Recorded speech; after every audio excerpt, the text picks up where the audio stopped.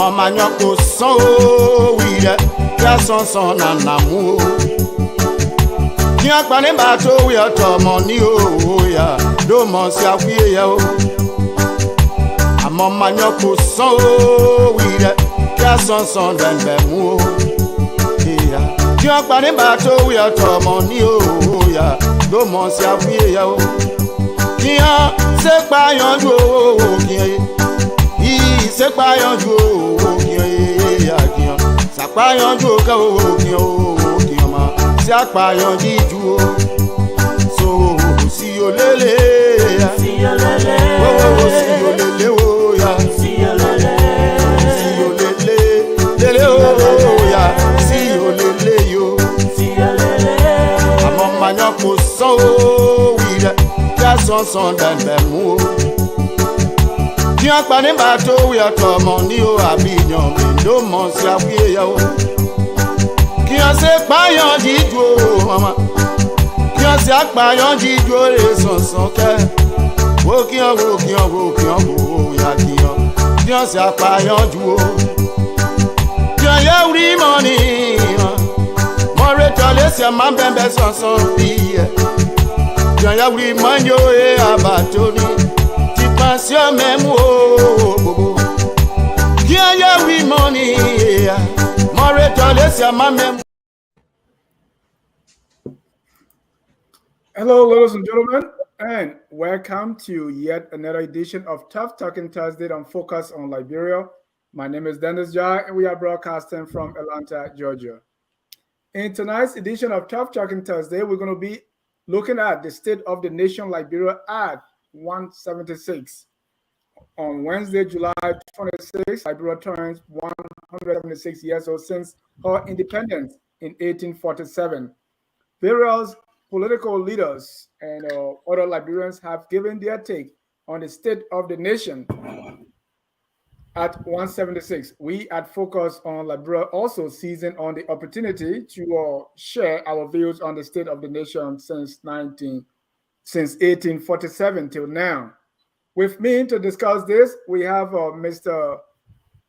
Kalebo Gonglo, who is joining us from the nation's capital, like Monrovia. Mr. Gonglo, welcome to the show. Thank you, Dennis. My pleasure. Let me also welcome Honorable William Gadier Greaves. He loves for me to call his middle name. I want to welcome Mr. Greaves. That's our former Consul General of Liberia, New York. Mr. Greaves, welcome to the show. Thanks for having me, and I'm so privileged being here. Thank you. To all our panelists, I wish you all my sentiments. Thank you. Last week we had Honorable Greaves talk to us about Liberia's foreign policy and diplomacy. Let me also welcome our regular panelist here, Dr. Abdullah Dukle. Dr. Dukle, welcome to the show. Thank you and hello. We want to welcome all our viewers from across the globe. This is Tough Talking Thursday. This is the place where we talk tough. Before we begin our topic today, our friend Kalebo Gonglo left and arrived in Liberia on Saturday. Most of the time when we are discussing politics, they say, oh, you're not on the ground. So Kalebo is on the ground, so we just asking for update. Mr. Gonglo, how is Monrovia? Well, I would say Monrovia is not bad and Monrovia is not good. If I could speak very, very good French, I would say, I don't know what they say, confus comme ça. I would say it's not bad, it's not good. It's in the middle there. But I think a lot have changed in terms of the landscape. I see the government undertaking road construction in a manner and form that I don't think is making the public happy, particularly on the Rafi Highway. They've broken grounds, and I think a lot of cars are having difficulty going through in some parts of the road, not everywhere, but some, a significant part of the road. So I think it's concerning also. I hear that they started doing some work there today to also improve that. I hope they can accelerate that. Of course, we are in the rain season, so they don't have a luxury of sunshine for them to do that. That said, there is something that actually caught my attention in the last few days. I've been to Central Monrovia probably 4 times since I've been here. Um, I was trying to get my driver license updated from the Ministry of Transport, so I kept going to town. And this Invincible Park, when I was in the US, I heard about Invincible Park and the way it was discussed on other platform, Labram platform in the US, that are actually hosted by opposition leaning people or opposition activists. I think it gave me a different sense of the Invincible Park. But when I arrived here, I realized that I think the Invincible Park is something commendable. I mean, I think we can commend the government for that park because for the past 4 days, including today, when I went to town, it's like almost every single day the park is packed. It's been utilized by young people, by kids, by adults, by older folks. I mean, as opposed to having just maybe the sports commission on Broad Street that is basically, limited. I don't know how many coaches they have there. I never entered there. Then YMCA, that park gives you a couple of basketball courts, as opposed to SKD where you have just 3 tennis courts. That court also gives you an alternative to have for the first time besides SKD. For those of you who play tennis, it gives us the chance to have a second public court in the entire country since 1847. So I would say it's a great and it's a commendable development, really. I heard they've dedicated one in Clariton. I haven't gone that far. I'm not going across the bridge because of traffic. I don't intend to, venture that side. I probably might go there maybe on a Sunday. But I think the idea of the sport park, I think it's a commendable idea. I just hope they're going to have process management. Process put in place so that there will be maintenance of the facility after year 1, year 2, and what have you, because it's a free facility.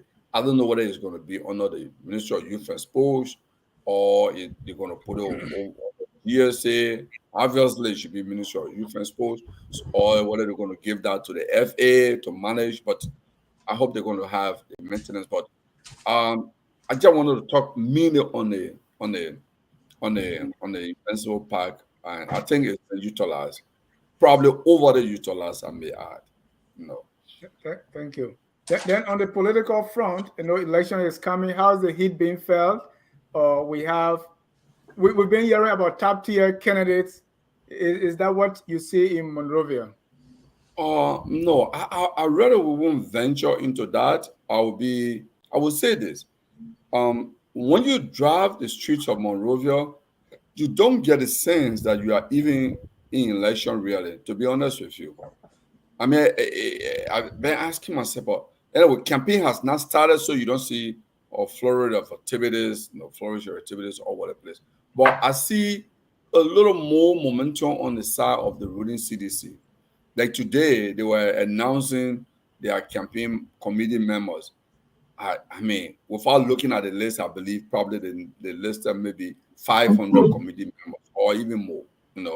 I mean, the listed committee members, I believe, just whatever government ministry that exists, I think they put people on that committee. I mean, Molva Modi was reading that list, and some notable names surfaced. Like the likes of Jeremiah Solonte. He's now going to be the chair for Bon County campaign. So I heard some names, and then actually last Friday night. So last Saturday, I went to Satan where I used to live, and I tried to see a friend in Plonker, and I saw seditians were having community rally. They were dancing, they were jubilant that they have a one-round strategy. It's going to be a one-round victory.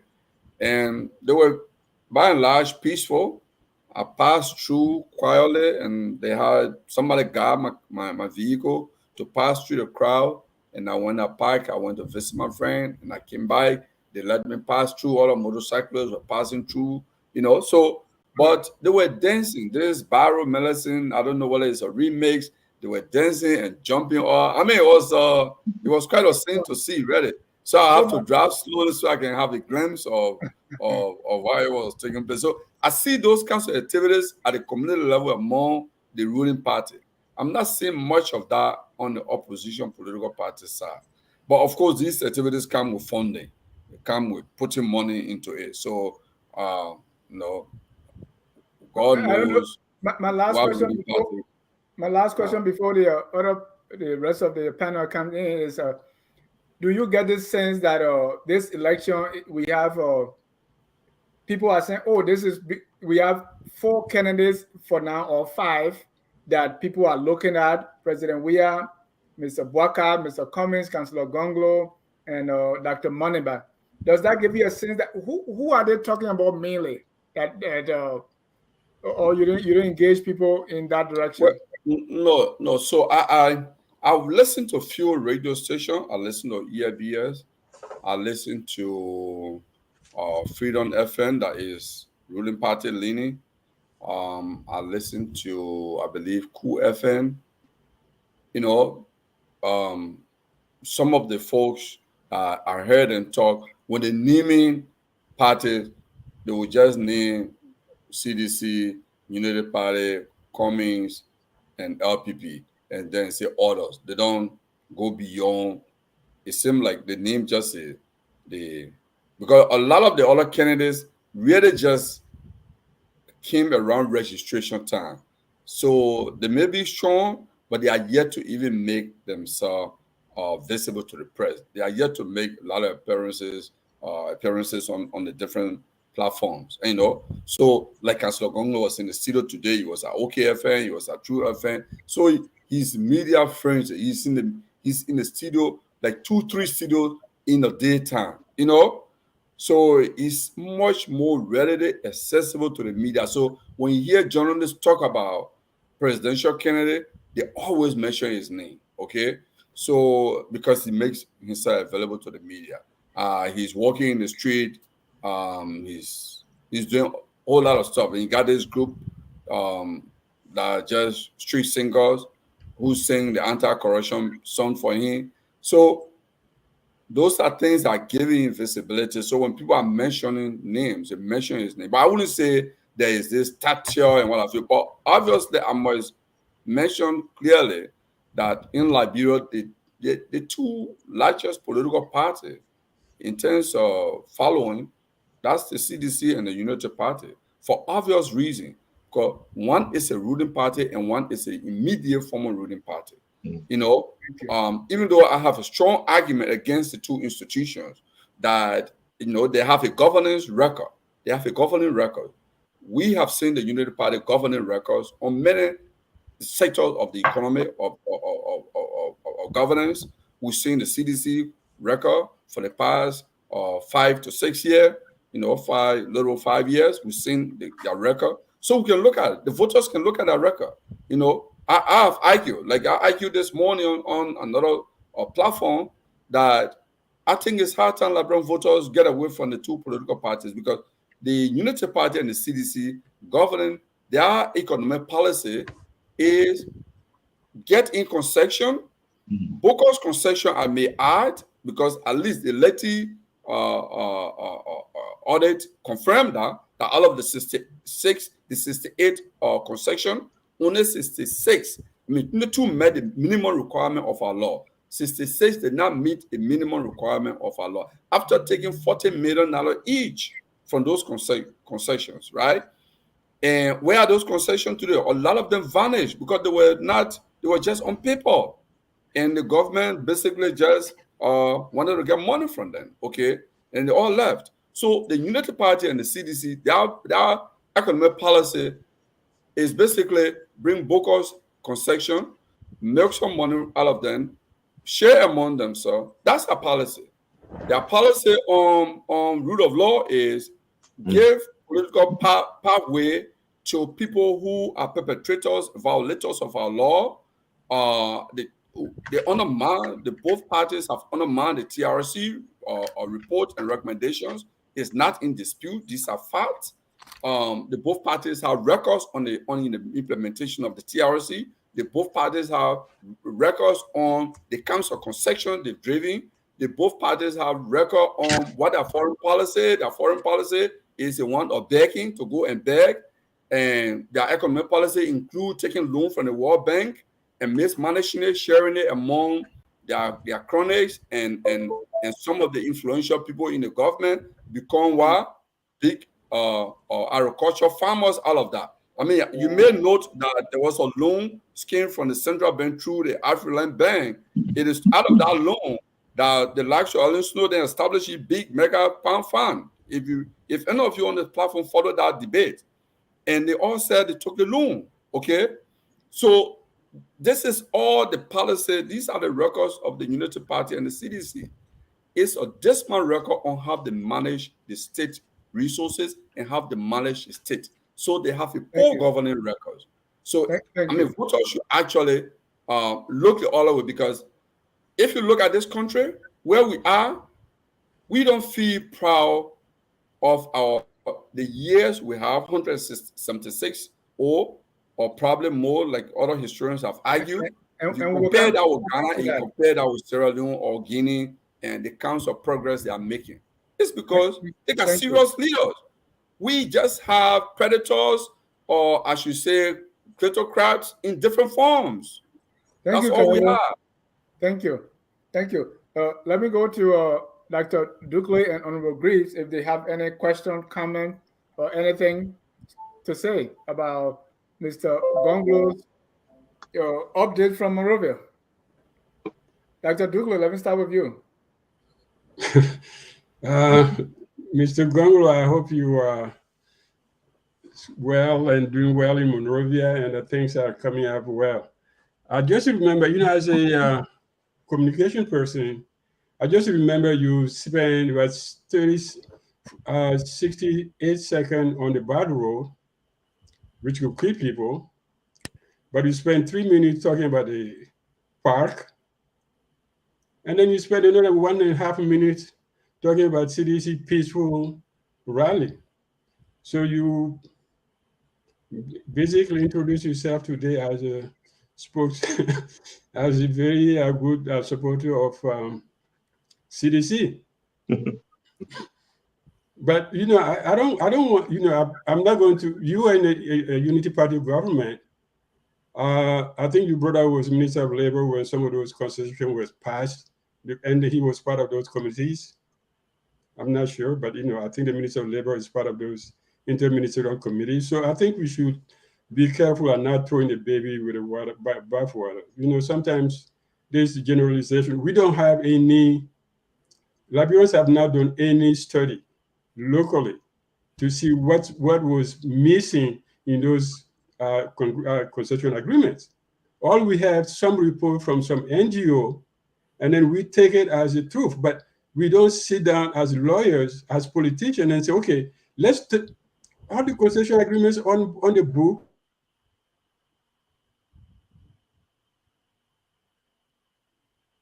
Dr. Du, we lost you.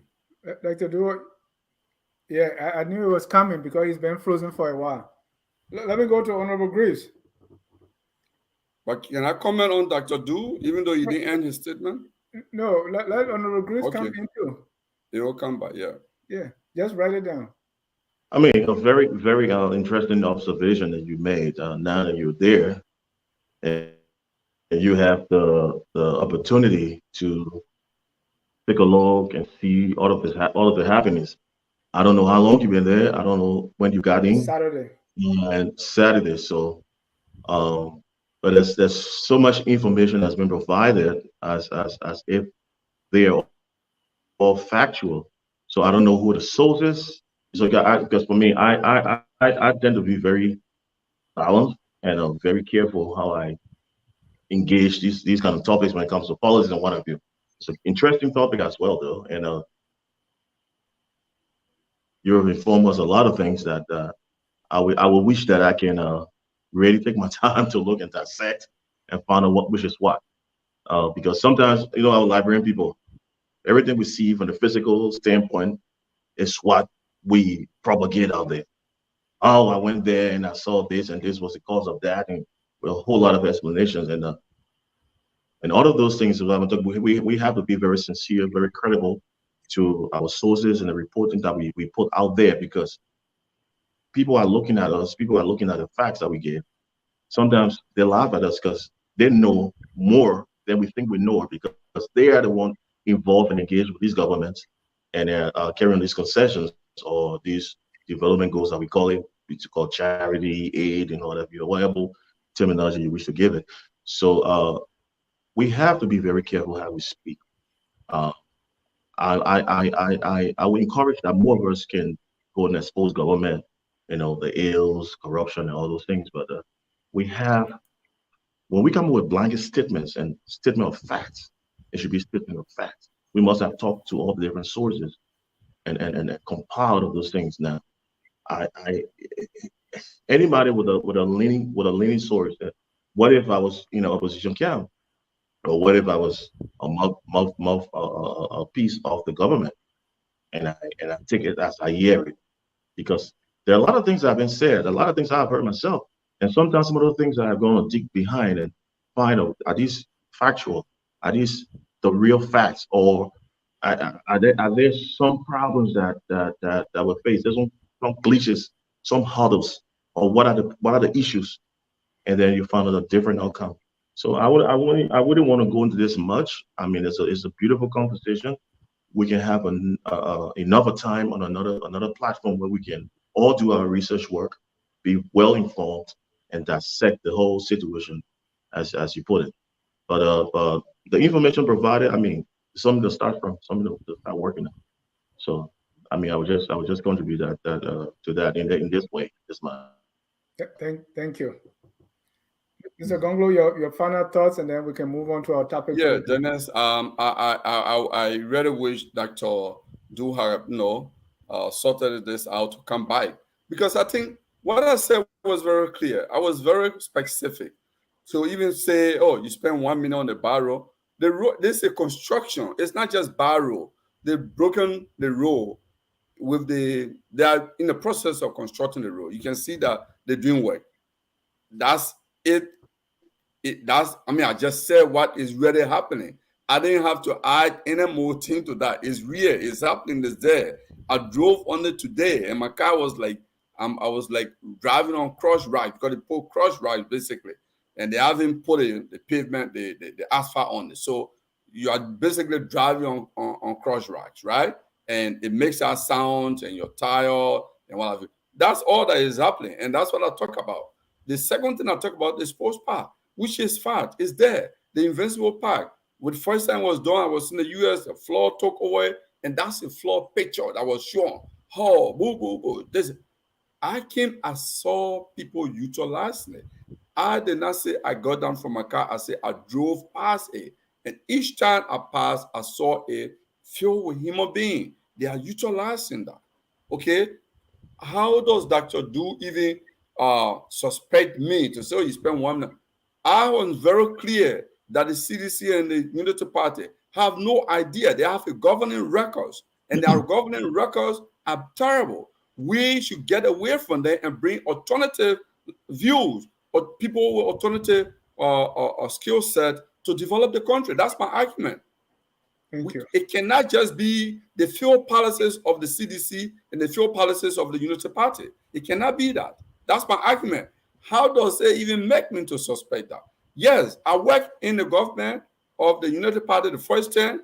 In fact, as a matter of fact, I was in the committee room that reviewed the ArcelorMittal agreement that was signed under Judy Bryant. I was there.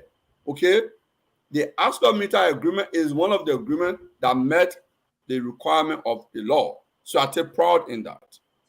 I was not there when they signed the other stuff. I spent only the first 6 years in government. Second term of Sali, where lot of corruption took place because she didn't have a third term to go to. I was never in government by then. I was teaching at Rowan University. I was not there. Okay? Thank you. So these are the facts. Thank you. Ladies and gentlemen,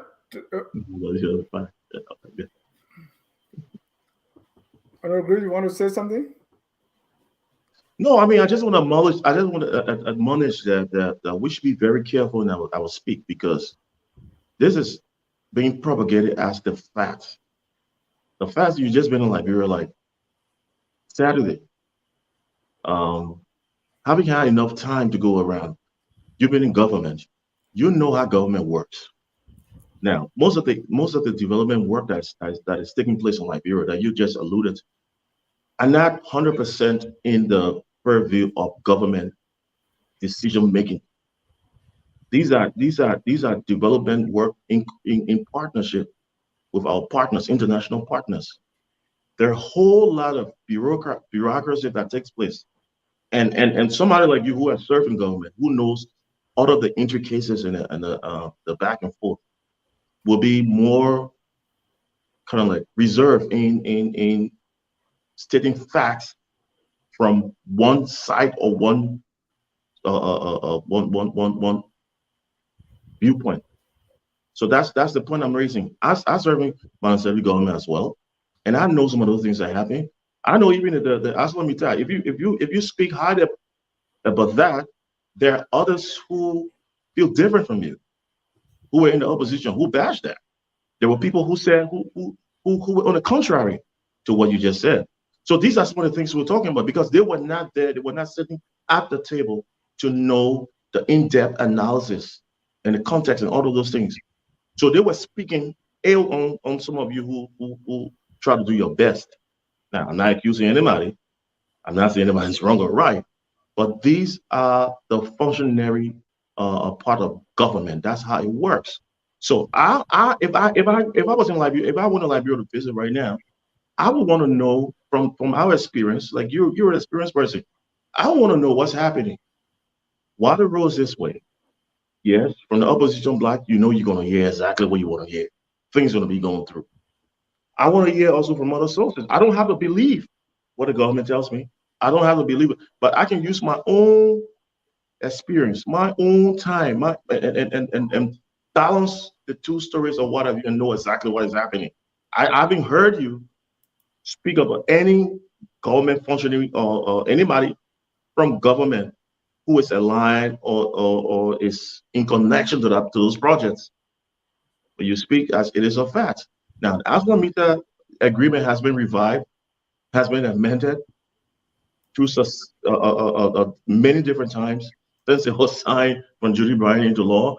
There are people who argue that Judy Bryant just went and grabbed money, and I mean, I'm not saying that, but I'm telling you what was in the air, and just did what he had to do because he had no source of accountability. He was just interim leadership, and he was just told that, hey, be there until we have elections.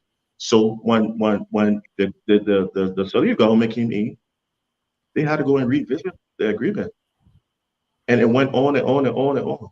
And I think the government, the current government, also has something to do with the reviving it. So my point is that let us be just careful. It's good to bring the information. It's good to be the first to say it. It's good to give your own perspective on things. But let us just be balanced a little bit. You know, I'm not saying the government is not corrupt. I'm not saying the government is good. I'm not saying things that fuel and honey. But we're in a time, we're facing a time, a situation right now, globally, where even our international partners are having serious economic problems. Oh, thank you, Honorable Chris. But Dennis, if I know this is not the main right, issue on the I want show us today. to, I want us Yeah, to get I want us to. I agree with you. We need to move. But you know, I know the brother here, Mr. Greaves Jr. Honorable Greaves Jr. is a diplomat. I'm not a diplomat. I would love, for example, I made some statement to say, okay, Mr. Gonglo or Kelabo, you said this. This is my opinion about this. I think he's trying to speak in diplomatic terms that I may not follow that, because for me, what I said, probably there's a confusion. I said, if, for example, the Invincible Pact is there, people are utilizing it. It's a fact. That is not in dispute. That's so when I say it's a fact, I'm referring to, for example, the existence of and the utilization of the Invincible Park.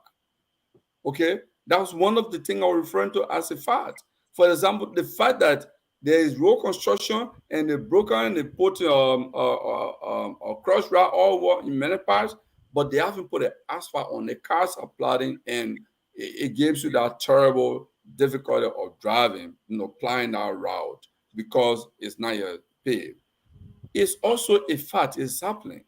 I'm not even delving into where that funding coming from, what may be happening behind the scene. I'm quite aware of the global economic situation in post-COVID war, as well as in the current Ukraine war, how it's affecting the global supply chain. The COVID supply chain was there, compounded also with the Ukraine or Russia war, which is a nightmare global. I'm aware of that. I read about this stuff, but that's not the issue I'm talking about here.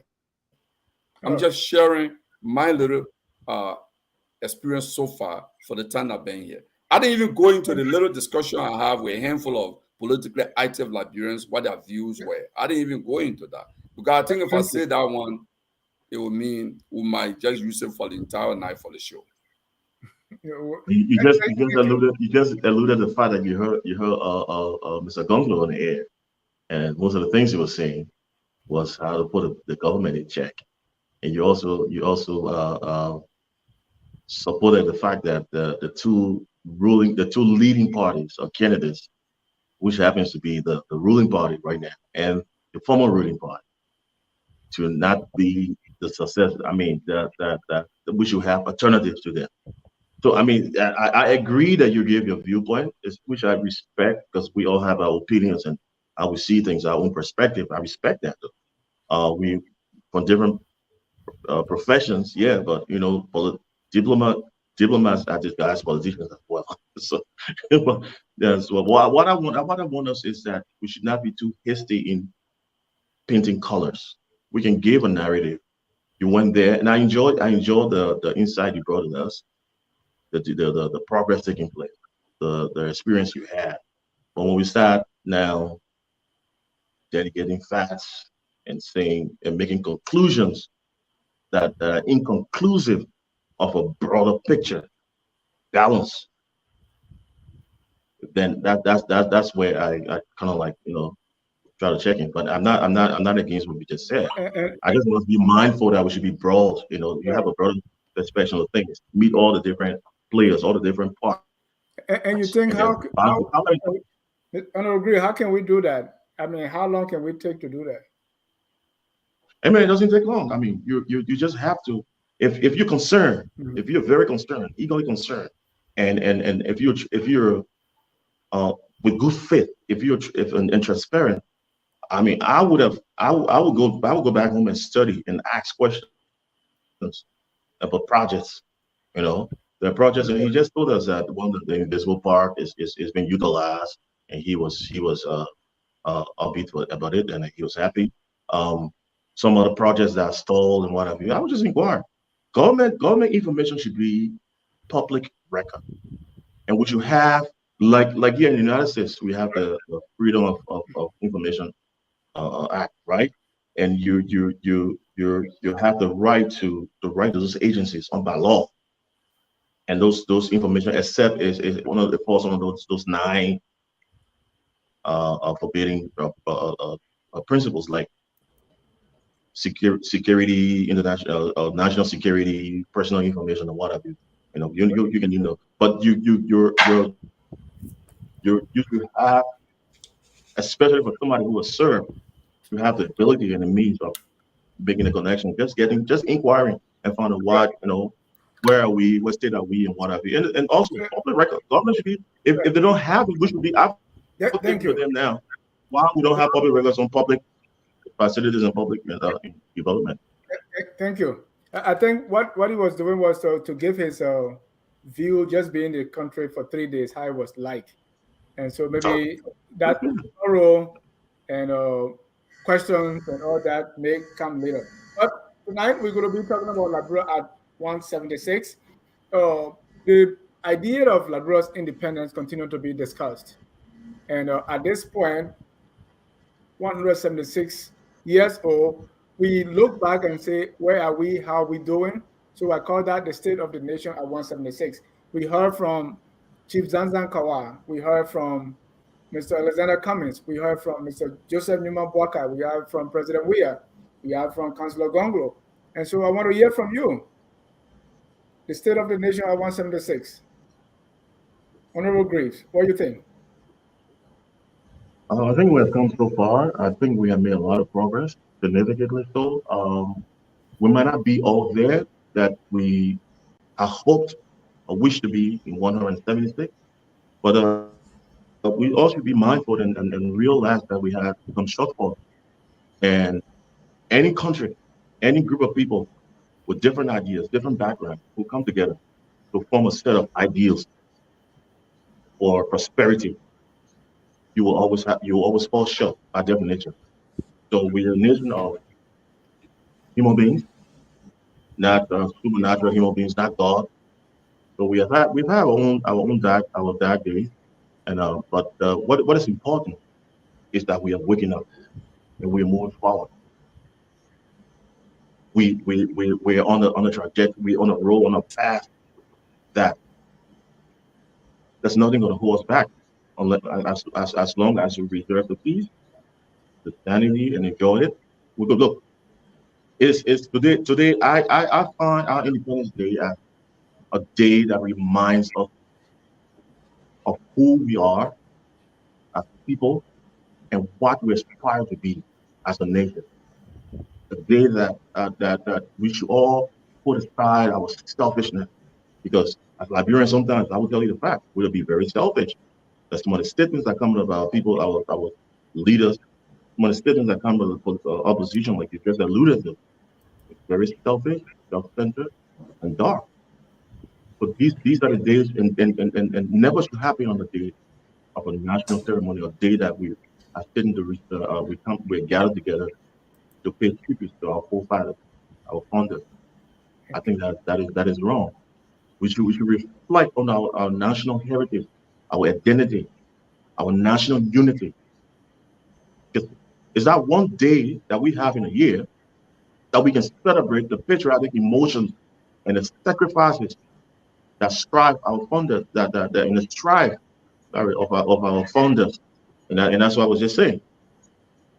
I mean, I see 176 as a day that our Independence Day as a day that holds great importance in our culture and society, and it reminds us of the ideals and values that in the first place define us as a country, you know, to include our freedom, democracy, equality, and all of those good things that we aspire to be.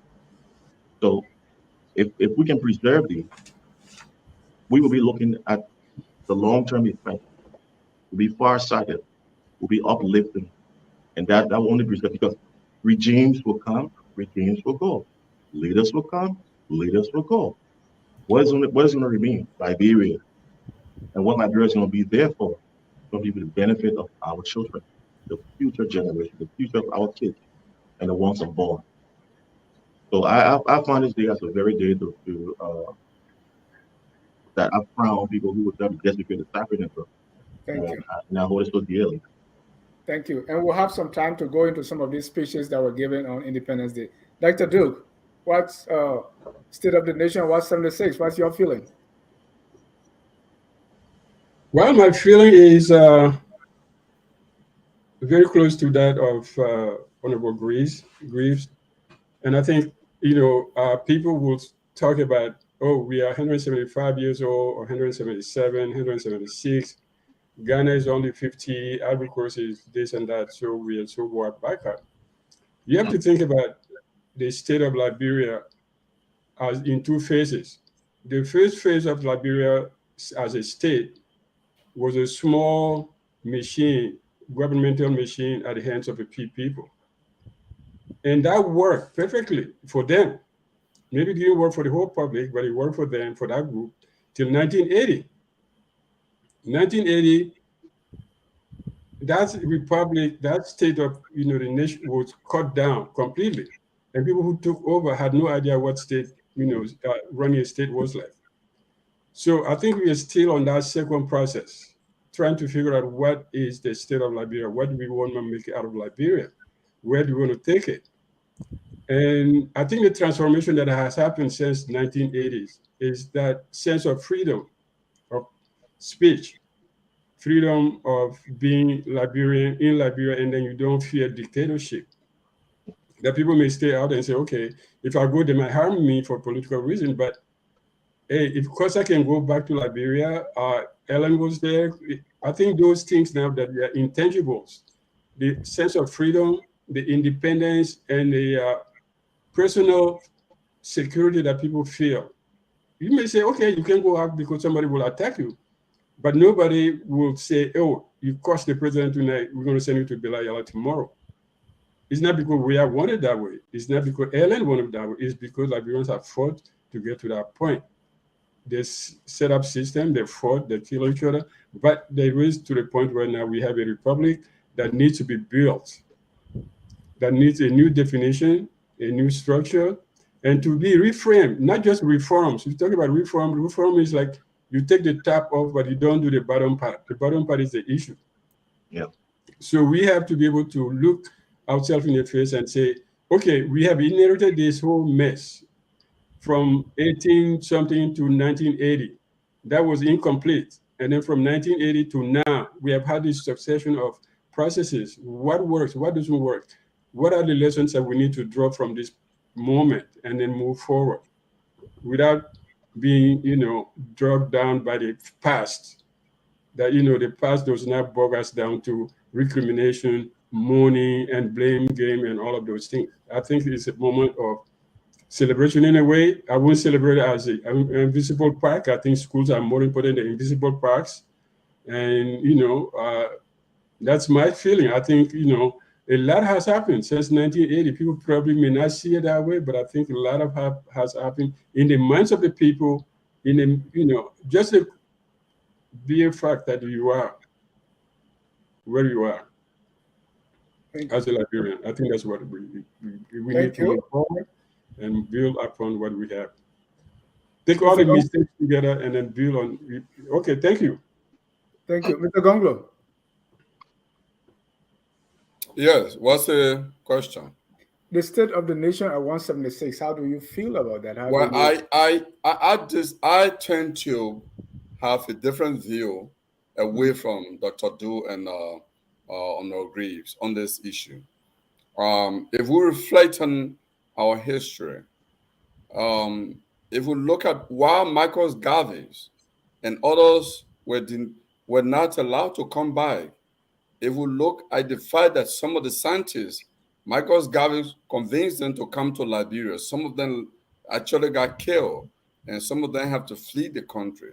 Liberia was established as a country to serve as a beacon of hope for the Black race, to show that Black people can govern themselves. It is a failed project, and we should not be proud of that. It's not even because of the age. It's the fact that there were groups, there were individuals within during the foundation of the country that thought they would show different attitude compared as opposed to those who wanted an authentic Black power that would be an example to the world that Black can govern, Black people can govern.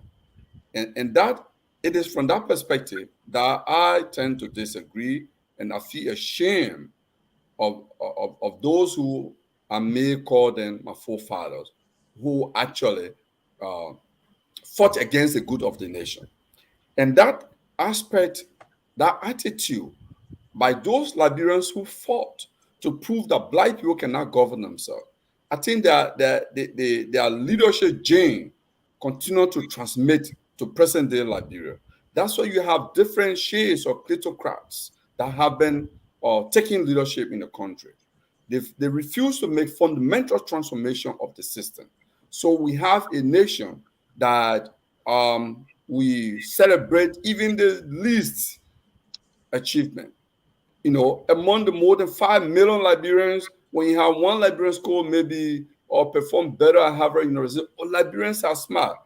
That's not, I don't dispute that they are smart people, but our education system is bad. Our health system is bad. Everything here, we are struggling because we have had corrupt leaders who don't care. Look, I was in government when the HIPAA relief process started. We can give credit to Mr. Salid, but even if Dr. Du has been president of Liberia, they would have waived the debt. Whoever was there, because this was a decision by the global community that fragile nations, they were suffering under debt, that some of the current generation, they have any part to play in that debt. So countries should meet certain conditions in order to waive that debt. Sierra Leone, because their war ended sooner, they completed our HIPAA, they reached HIPAA completion before Liberia. Our war ended late. So it was, even a cat would have been president of Liberia, they would have benefited from the HIPAA because it was a decision of the learning institution that this will happen, right? So if you look at that, see where we are today. Under the UP government, before they left, the government had credited more than $800 million. Today, the CDC government has credited 1.1 million. 1.1 billion. Okay? We are going back to being heavily indebted nation. Before what do we have to show for that? Mm-hmm. What do we have to show for that? So that's why I disagree that, no doubt we made some progress because I'm living. I was born here. I went to school here. I'm living. Yes, that's progress. But if you compare, is that the progress we wanted? We wanted this country to be a shining example to the black race. Mm-hmm. And that project is a dismal failure. Right. And why? Why you say this is a failure? Because we've had generation of kleptocrats leading us. That's all. That's the reason. Thank you. Dr. Duke, Honorable Greaves? Yeah, I would say, it's easy to, to push things like that. If I were a politician running for president, I would probably dismiss the government. I would dismiss everybody with it, with the back of my hand. But kleptocrats, is Liberia more corrupt than any other part of the world? Or is it because Liberians don't take accountability seriously? When did we have a normal government? This is our second normal government, if you think about it. Never. We never had an elected government of our choice. To a second time in the history of Liberia in 176 years. Madam Salif was elected free of any intimidation. Joshua was elected the same way. So those are the two people who were popularly elected by Liberians. Before that, who you had? You had Taylor, who pushed himself into the mansion. Either him or the death camp continues. Before him, you had Samuel Doe. There was no hesitation about Samuel Doe political project. He killed everybody around unless you rally him. So there was no, and before that, there was Tolbert who came from the old machine. So therefore, you never had a true Liberian government democratically elected that run the country that is accountable to the people of Liberia. So in terms of that, I would say, hey, we are still at the beginning of this thing. We are still at the beginning.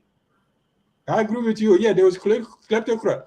When you talk about Marcus Garvey, why did Marcus Garvey come? It was simple. It was just Firestone, nothing else.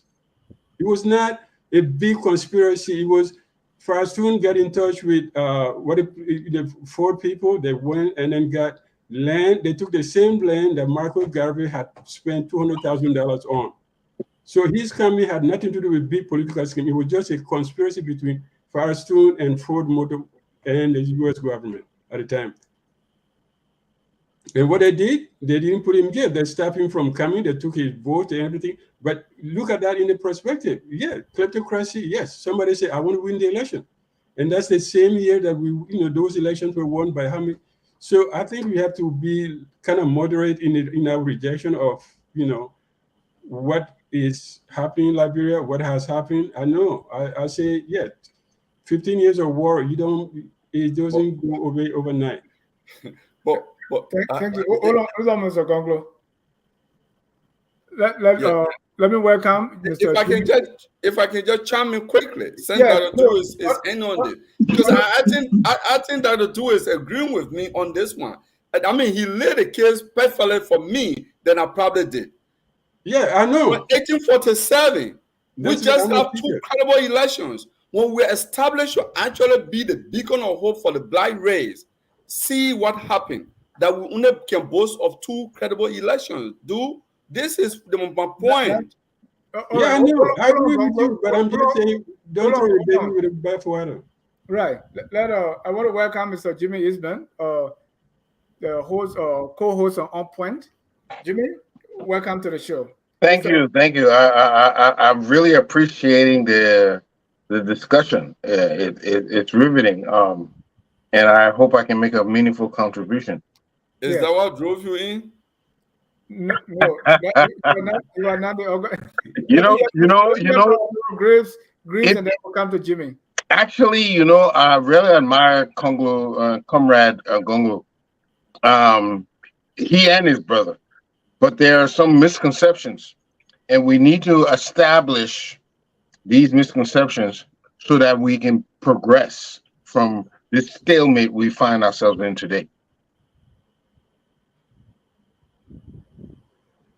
We're listening. You are here. We'll dissect a little when you talk. Right. We're listening to you, Jimmy. Yeah, go ahead, Jimmy. You're already on the floor.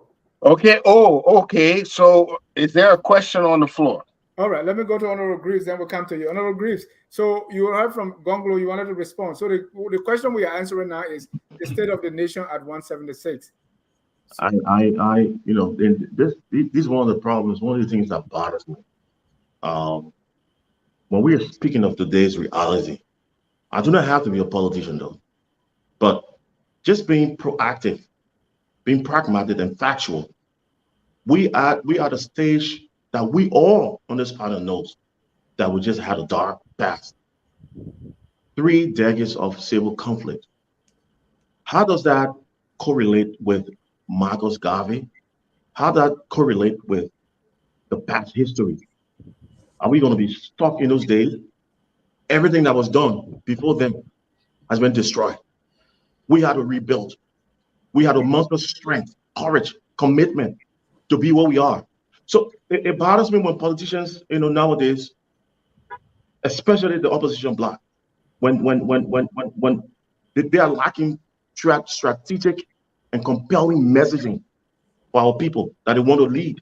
Because being the opposition, you're telling the world, you're telling the country that I can do better than who is there. I'm there to lead. What are you leading us for?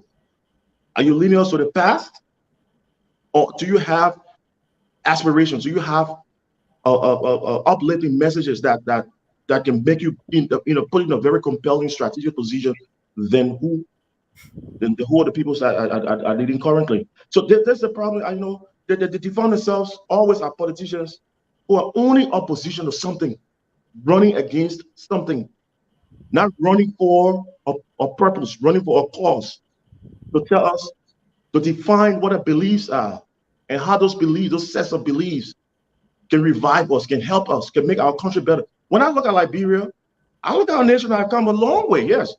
176 years. Are we there yet? No. Are we falling short? Of course, yes. But are we just sitting down and stalling and not hoping to go in and make any achievements? No. We've done a lot of progress, especially from our immediate dark days. We just woke up from the ashes. Look where we were just a couple of years ago, a decade ago. Now look where we are right now. And then we bringing everything down with a bathtub because Marcus Garvey didn't come and he didn't do what he had to do, or we didn't serve African Americans, or we didn't do that. And going back to 1847, just recently, let's talk about now. And work towards our future. We want to see Liberia in a better place. We don't want to reverse Liberia to the days back. We're present and future. When I look at Liberia 176, we can boast of remarkable progress achieved in the promotion of what? Protection of human rights, freedom of speech. We have managed and strengthened the foundation of our peace and stability. since our dark days. Through just not just by mercy, but through justice and reconciliation, exploring economic growth. It might be slow, it might not be to our likings, but there are other habits, there are other things that are into that. It's not our own will. If we had a leader today who would say, hey, stop, I'm God, with a rod, let there be light, there be light. No, there's a bureaucratic arrangement. You're dealing with partners, you're dealing with other people, other nations. We're not strong. We might have natural resources, rich in the wealth of that, but we didn't have the process to have it on the world, or to be sold, to get a value of it at a time. So every nation depends on aid. Now that we call it development goal agenda and all that, yes, but you have to get from somewhere to get someplace. We're not, and that's why it behooves all of us to start speaking a good talk, speaking a good speak of Liberia, so that those international partners out there can find a common ground, can be risk-free, to be attracted to our country, so that we get more involved into strategic international partnering in trade and investment, so that we reduce aid, we reduce charity, and reduce what we call development goal. I see stability, I see a stable nation right now, with the very principles of reconciliation and justice. Yeah, I see a country that has initiated several critical legislative and structural reforms to create the presence and a more inclusive society, to successfully attract international partners, like I said, and expand our diplomatic relations. We have expanded it internationally and international cooperation. We've gone so far. You can be a country just sitting and doing all that. The state is now firmly on the solid democratic path through the universal exercise of franchise in its transparent, fair, and credible manner. That boost of several successes. Look, we just had several successive peaceful elections, and the most was the historic transfer of power. That's progress. Thank you, Honorable Graves. Now, and one last one in Africa right now. If you look at the list of countries, well, invaluable countries, invaluable democracies, Liberia is up there. We weren't there before. When did we ever have? So we got to understand where we are, where we were, and where we hope to be. Now, do we want to go back to Joseph Jiggin Roberts? Do we want to go back to Firestone Plantation? Do we want to go back to Marcus Garvey? They were going to dead. That's a dead history. Now it's good for us to remind ourselves, of course, reflect on the past, but that's for a different lecture series. Thank you. Educationally, we can educate the young people to know their history, what have you. But when we're talking about progress in nation, we're talking about moving forward, we're talking about forward thinking. Those doesn't put food on the table for anybody. It doesn't help build infrastructure. It doesn't bring better education.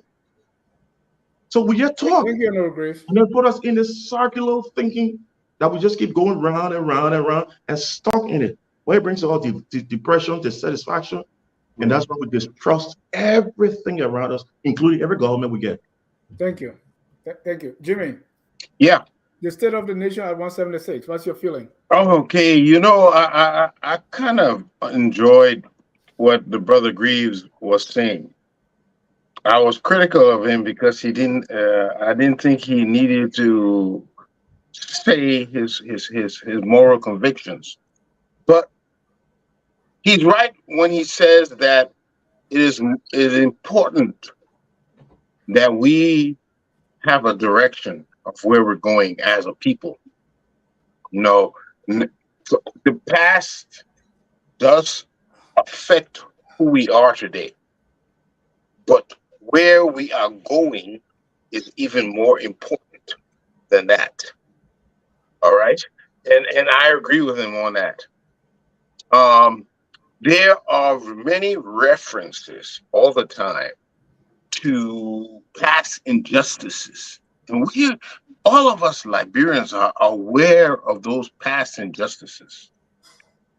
But are we also aware of the past victories of the Liberian people who they were not supported to survive.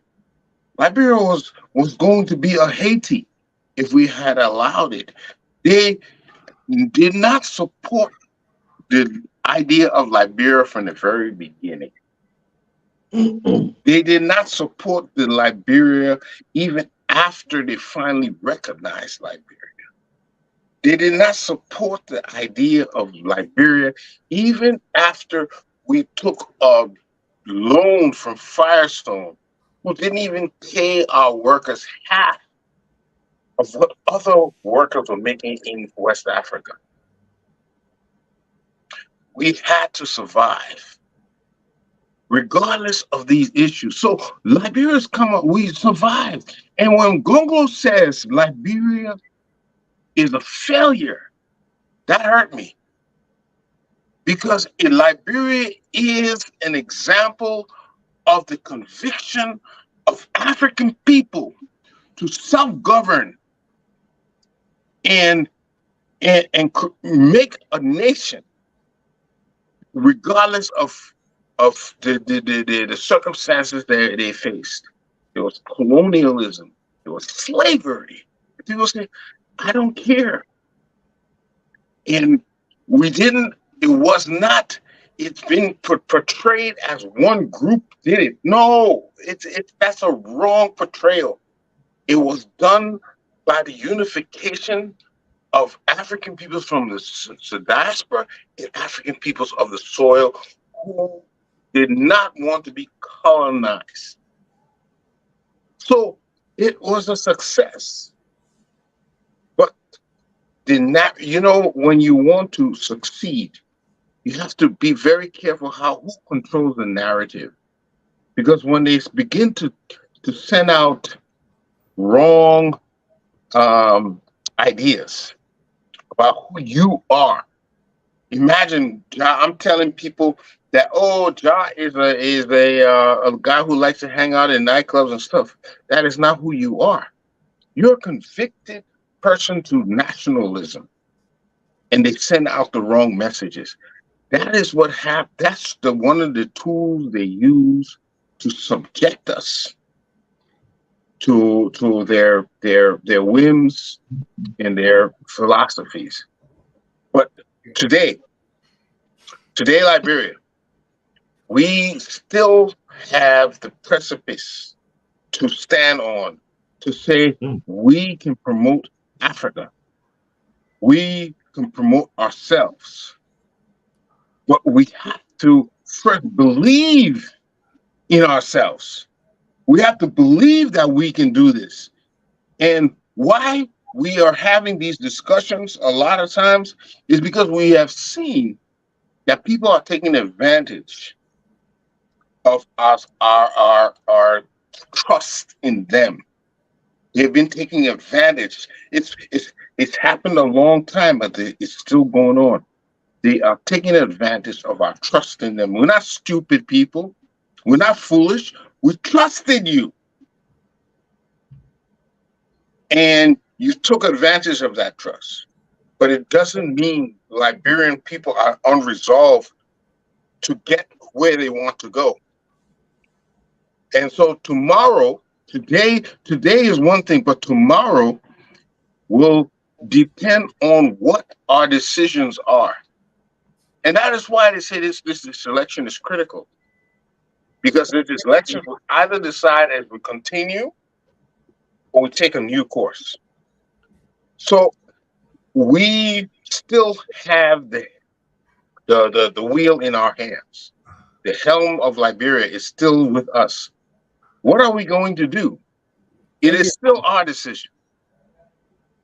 Thank you. Thank you. And we're going to talk more on that. I also want to mention that some of our leaders, they made statements. And I wanted to look at just a few of them, right? Let me start with Mr. Alexander Cummings, who was the first to give his State of the Nation at 176. Excerpts. This is what he said. Over the last 6 years, Liberia has become a gangster's paradise. presided over by a band of thieves. Our country is a drug haven. Our diplomatic passports are in the hands of international criminals. Our democracy is under threat. Lawlessness bounds, and our governance system is overtaken by cronyism, incompetence, and stalking dictatorship. He also said, some of our system, he said, our justice system, our judicial system is a joke. The other one is a shameful mess, and on and on and on. That was Mr. Cummings. I also read the speech of Mr. Joseph Newman Boakai in Providence, where he, I don't know if any of you had an opportunity to read that as well. Mm-hmm. When I was reading it, I thought it was, if I didn't see his name, I would thought it was written by the young people like Martin Colley, because he kind of removed himself and kind of saying stuff like, this is where we came from. We have not done this, our concession agreement, our this, our that. And Mr. Boakai was part or been around government for the past, or some form of leadership for the past of 45 to 50 years. So where are you coming from? Like, you are not even holding yourself accountable. And then we have our keynote speaker, or our national orator, Chief Zanzan Kawa, who said, we were doing fine until the settlers came. I'm paraphrasing. When they came, they brought government, they brought this, they brought that. And so our Poro and our Zoes that were, they were doing these things, they came and in essence displaced their governance. And at the end, I think he endorsed the president. So you know where all that's going. I also heard that Councillor Gonglo gave his, but I didn't listen to it. I saw SF from President Weah's speech. I thought Weah's speech was a little more hopeful. Understandably, he's in power than Mr. Boakai and also Mr. Cummings. Let's look at those speeches, and let me start with Dr. Duke. I don't know how many of them you listened to or read, but what you make of their State of the Nation at 176? The only thing I heard was what you just read about Cummings. I didn't listen to the speech, and so what you make of Cummings? Well, he's in the opposition. He's running for president.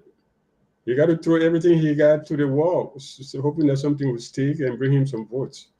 He can't say something is working.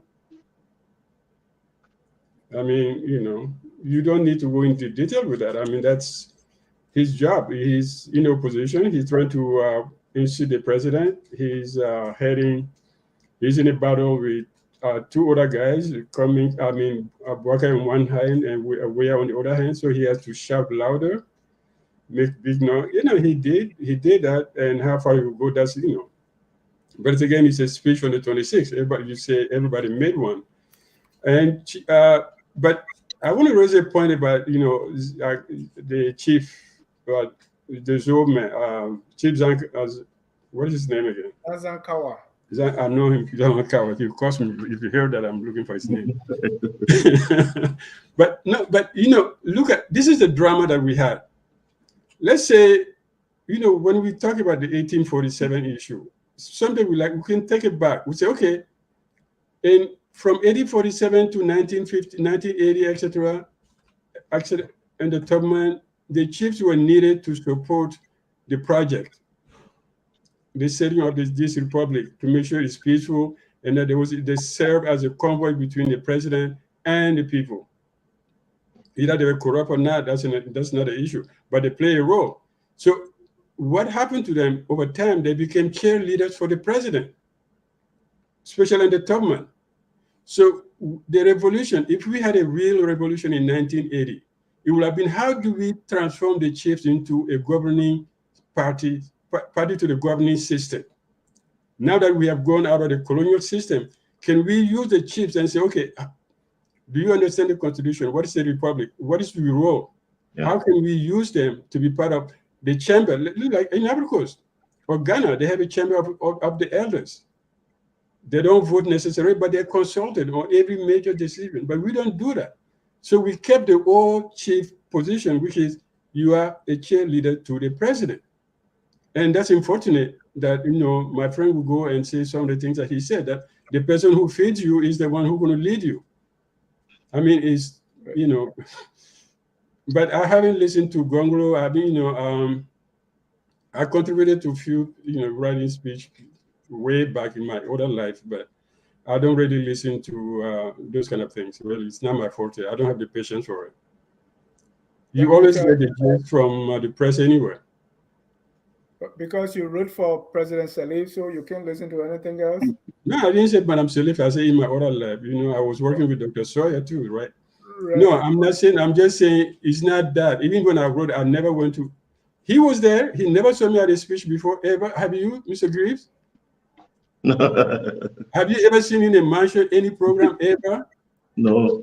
Never. I don't do it. It's not my thing. I don't go to those things. I don't listen to programs. I don't go to State Union things. No, they're not my thing. So I don't. The president would sell himself. You were almost the shadow guy. Yeah, the president would sell himself or herself. The opposition would blacken the whole process as much as they can, and then the next day, I would wake up and continue life. That's my position on 26. Right, and Jimmy, before I bring you, let me read an excerpt from Chief Zanzan Kawa. He said, "Don't embarrass the traditional people. We can't fight the hand that feeds us." I thought the opposition would have joined the president to do more for the traditional people. Let me let you know, the person who feeds you people will follow them. Mm-hmm. Yeah. It sounds very much like a Tubman era speech. Exactly. It sounds very much like that. There are a couple of things we have to consider. First of all, Liberia has to realize that we represent something very antithesis to the white supremacists. We said that we can survive we can make a nation, we can be a people. We Africans can be a people without them. This is antithesis to white supremacy. Haiti tried this. Liberia tried this. And they will not hesitate to prove us wrong. We've always had some issues. They're class structures, but there's some people that have abused their favorite positions, and they use our mistakes to divide us. If you look at their history, it is replete with all kinds of divisionism, all kinds of theories, various theories. But because we are not privy to the information, the knowledge base that they have, we think what they're saying is gospel. No, we will survive. As a Liberian, there's one Liberian. There's not various Liberians. They have told us that there are two different Liberians. They're lying to us. There is not two Liberians. There's only one Liberian. And our Liberian comes from various sectors. He could come from Vonjima. He could come from Hapa. He could come from Plebo. He could come from Monrovia. He could come from anywhere in Liberia. There's only one Liberian. But they've told us that there are two Liberians, because by me telling you that, then you will think that way. There's only one thing we want. The real patriotic Liberian, the only thing we want is a better Liberia for everybody. Now, I'm not talking about the people who want to steal or the people who want to enrich themselves. But every patriotic, there's only one thing they want: a better Liberia. They don't want nothing else. So they're lying on us, talking about there are two Liberians. They're lying. Okay, that's the first lie. The other thing we have to deal with because of the influence that exists is where are we going to get our impetus? Where are we going to get our strength? What are we going to go do next? And the only place we can get that from is to go back to that man's speech, Zaza's speech. Zaza said before the settlers got here, we were those we ran the people, I, which is true. But we were in different we were many different people. Now we have to come back and get together and decide what is right. Is a more sophisticated organization. It is easier to run one group of people than it is to run an entire nation. So now it's not one chief, it is many chiefs, many paramount chiefs. I am a grandson or great grandson of a paramount chief. It's many chiefs now coming together to to navigate the nation. So it's more complicated. Okay? It is more complicated. And inclusive in this picture are the other people that came and joined the native people to make a Liberia. Everybody has to be included. So we are on a journey to build this country. Marcus Garvey, they talk about Marcus Garvey. Marcus Garvey wanted to come. He never touched the soil of Africa. Why? Have we ever asked ourselves why? This was an industrious man. This was a businessman. This was a man who can do. They never allowed him to touch Africa. Never. So when we fight ourselves, we have to just what Ambassador Agrees was saying. We have to be careful because we don't want to defeat ourselves by what we say against each other. That's what Ambassador Agrees always saying. Be careful. We don't want to defeat ourselves, wash our laundry in the open, defeat ourselves by what we say in public. We have a long way to go, but we have to do it together. And if we haven't come to the decision that it has to happen together, then we will keep on this track that we're not going nowhere. Thank you. But yeah.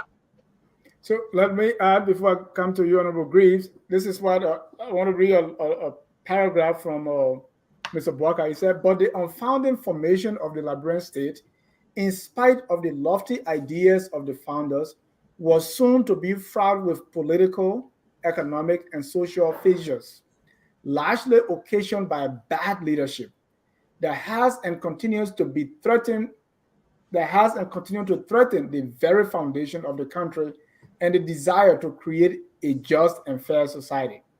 As a result, state building, as opposed to nation building, became and continues to be the common object of the ruling elite, where the state is used as an agency for elite corruption and social and economic deprivation." Dennis, Mr. Borges with our colleague, Eastman just said, and he put it so succinctly. I feel so disheartened when I hear these kind of comments, especially from people who for some reason, we so much revered as some of the astute politicians and future leaders of our country, who could be, by any chance, the next president. I know what it is to be in opposition. I know what it is to be in politics. The problem we have today is that most of the opposition leaders, I'm not too familiar with the um, Vice President Ambassador Parker's speech. Um, I was in a copy of uh, Mr. Cummings' speech that I took interest in and went through. I didn't even know that all of these other speeches were out or statements were out. But I felt so down because I know Ambassador Parker. He knows me very well. I haven't had the opportunity to meet Mr. Cummings, never ran into him or what have you. I mean, there will be one of the few politicians in our country who, having maybe heard of Bill Greaves, but haven't seen me or run into me. Because when I left, I think that's when he went to Liberia and what have you. But it's been happening there. It is. Because if you're not strategic and compelling in your messaging as an opposition politician who is one of the highest bidder, how do we expect you to be a better leader? How are the international communities looking at us right now? What are they thinking about us? I mean, you can be critical, like you said. I always say, be factual, be critical on government, but to throw a blanket or open-ended comment like that, no substance. It says nothing. It's just empty, and you just sound dark. And you're supposed to be the leader to succeed this regime that is there already. What does it do into factions? One, nationally, it sows a seeds of our discourse amongst the citizens, dissatisfaction. It brings about distrust amongst ourselves. And that's a serious, it's polarizing. International, what does it do? Our partners are sitting there looking. They're like, wow, country full of gangsters. You're going beyond and overboard. It's not a government you're alluding to right now. You are denigrating every Liberian. You're creating a perception that all Liberians will have to be burdened by when they're out there. What does it do? What does it do to our to potential investment of our country? It slows it. It slows growth. So because I want to be president and I'm not there, and those who are there, I do not agree with them. I bring the whole building down, burn the whole country down. I don't care about those who need jobs. And I reiterate, those people in positions don't suffer. It's the concessions that come that benefit the middle class, the poor people who needs jobs. What do we do to our international discourse? Well, how does it affect foreign relations? How does it affect diplomacy? How does it affect strategic? How does it impact strategic invest in an international partnership in investment and trade? You're looking at the countries like, wow, the countries like they are saying it. It's a gangster-run country. The people don't have no care, no respect. I mean, it's down. So if you become, and I don't understand how the international community work. Our partners don't work. They're not a remote start. Now we have all those doors that are privileged to us. They are open. Instead of making good use of them, what we do, we close those doors. Now, for instance, if Mr. Cummings or one other position become president tomorrow, that door is not just opening automatically because you're president now. No, it goes through a whole review process. And who knows? At the time, those individuals who were current or who were informed and who were in a know and knowledgeable of the situation might not even be in a position at the time. So you have a new set of team there evaluating the process. To have one group looking at Liberia and say, okay, we're willing to open our doors back to Liberia.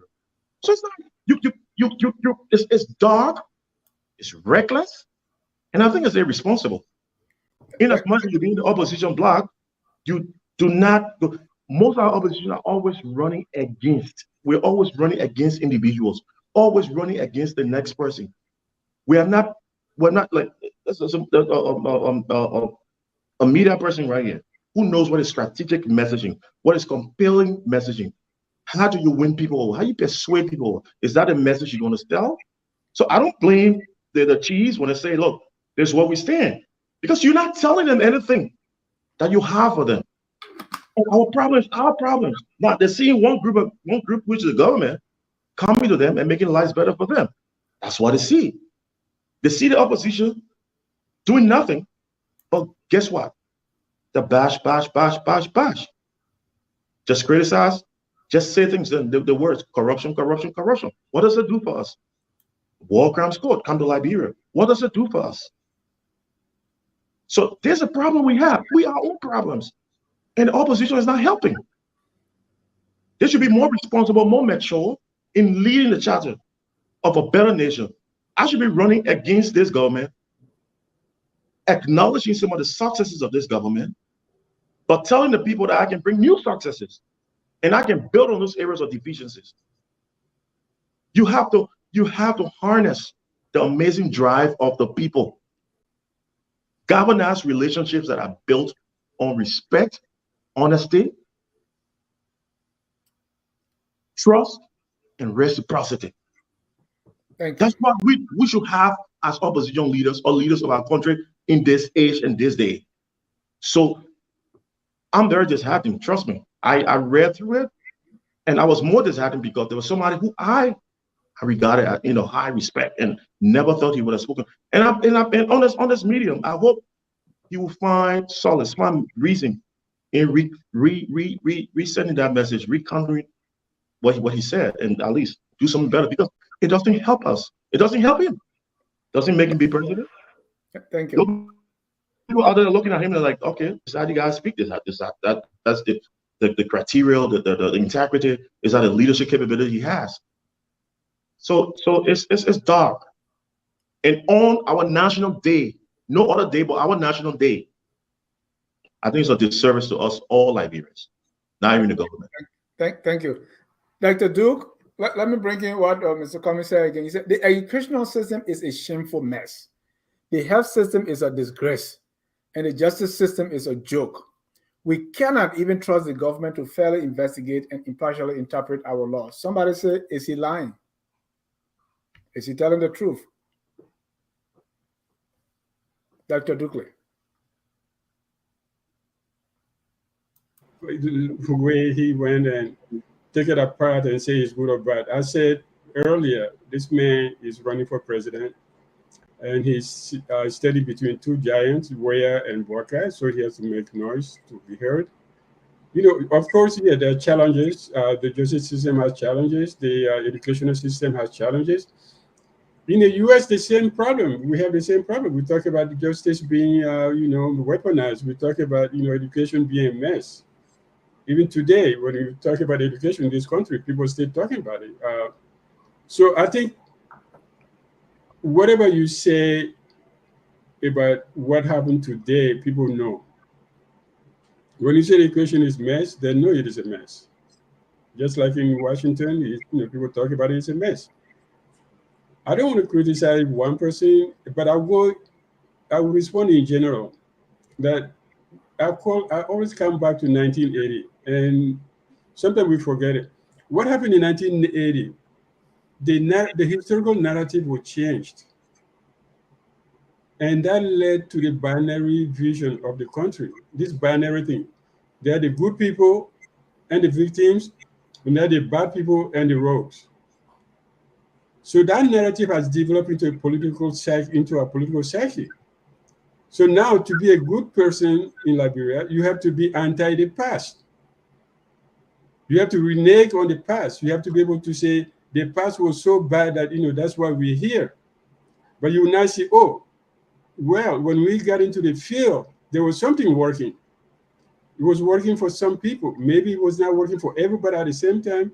Like any system, no republic works for everybody at the same time. But the problem is we changed the narrative in 1980 until we reconcile with that past and say, okay, what really happened up to 1980? Was it total mess? Was it just rogue? Was it just people stealing? Was it people just killing? Or were people bent on building a nation that they built from scratch with their hands?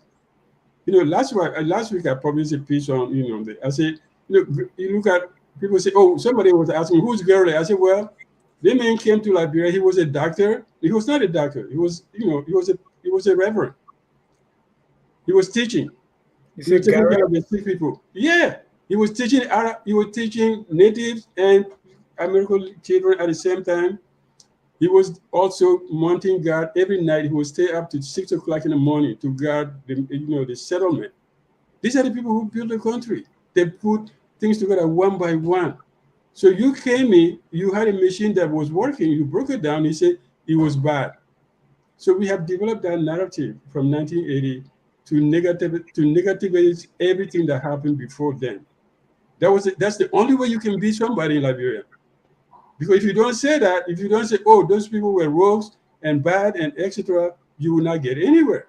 So how do we reconcile that? How do we come back and say, you know what? Is that a true? Is this binary vision of Liberia the reality? Is that what we are?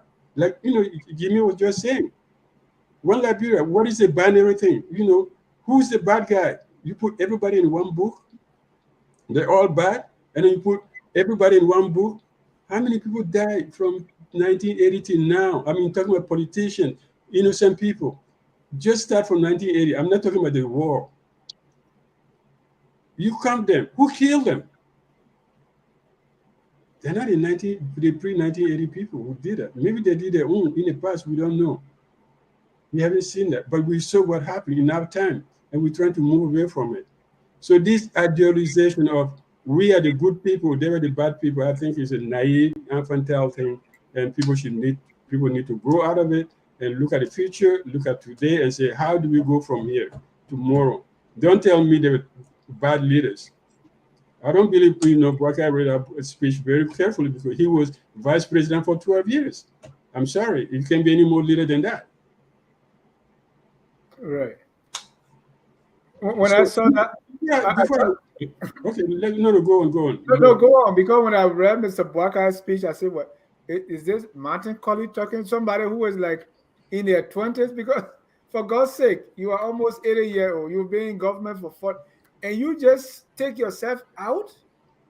Well, that's because that brings me back to even the Gongolo thing I was talking about. Because I was going to tell Gongolo in 2007, the first concession review that the president asked, Ellen Salib asked them to do, he was at the Justice Ministry, was for a student.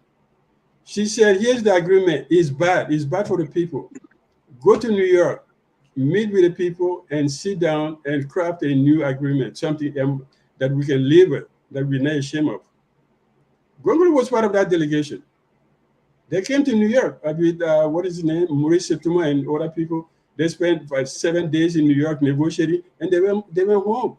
We don't know. And every concession agreement in Liberia is based on that concession. So that was bad, and your brother was part of it, then we have a problem. So that's what happened when this categorization, everything is bad. I said, no. Your brother was Minister of Labor for 5 years, 3-4 years. He was part of the Interministerial Committee on Labor, on investment. So he knew what was happening. So today, don't come and tell me, oh, it was bad. And you yourself was in the government. So this whole thing, I don't understand that this kind of, crisis of, personality.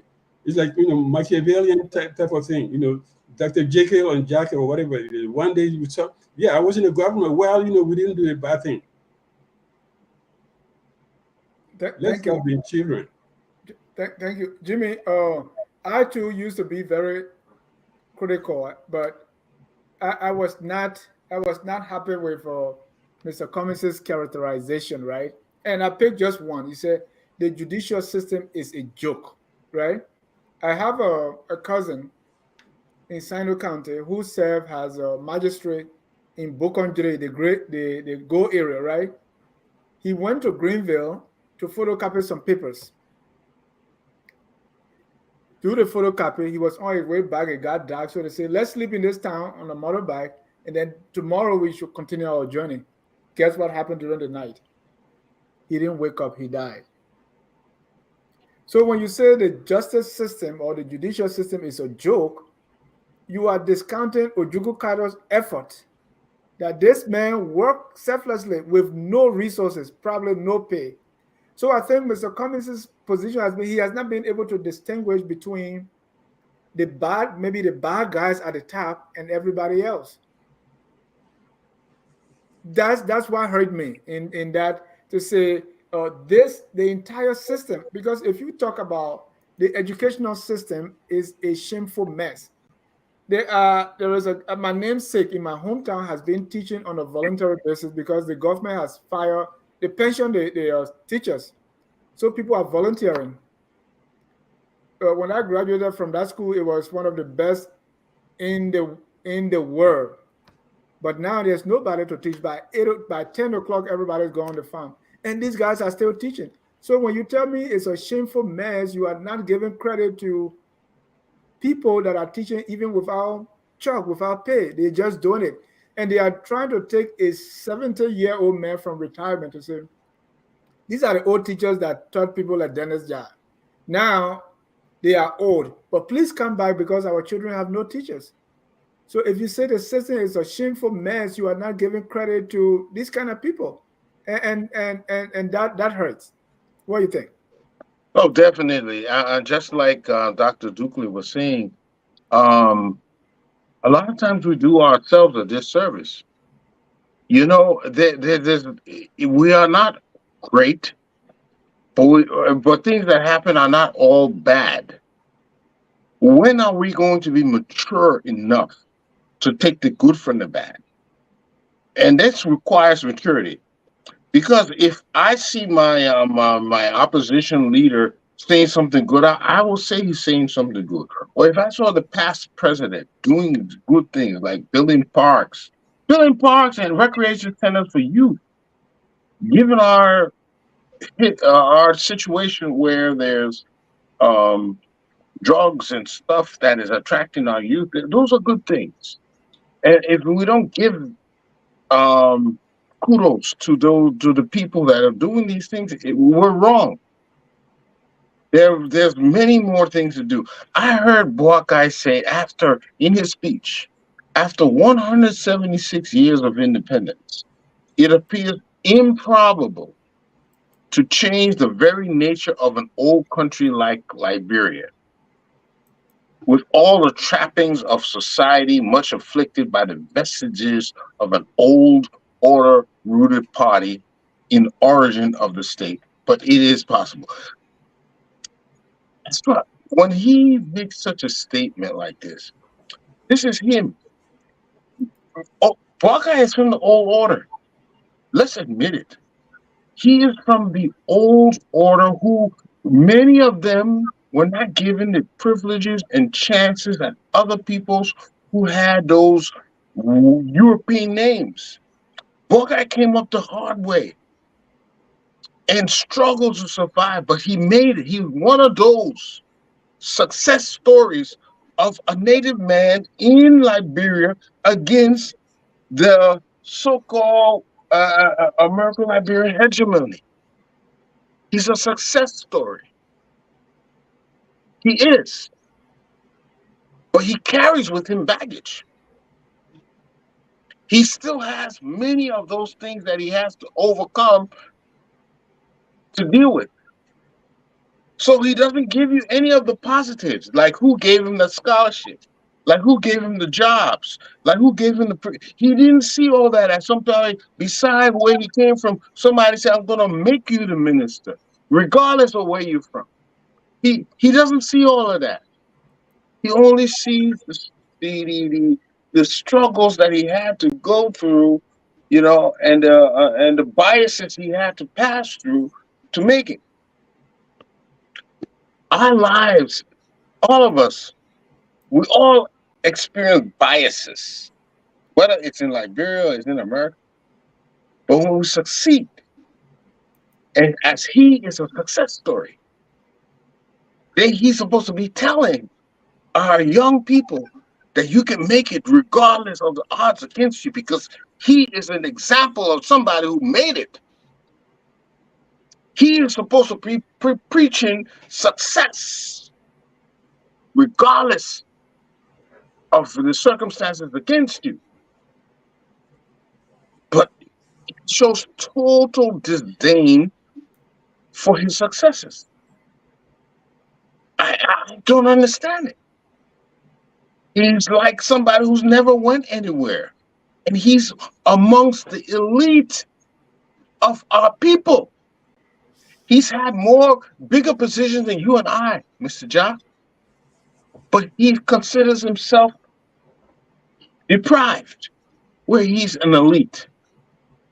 So how can he lead the deprived and he doesn't even know that he's an elite? So we are going to see that in the coming days, Liberian people really, really feeling the pangs of hunger today. And they're going to look deep within and see what is the messages coming from those who want to lead us. And I'm 100% sure that a negative message like this from somebody who has been successful in combating the oppression that's supposed to have existed,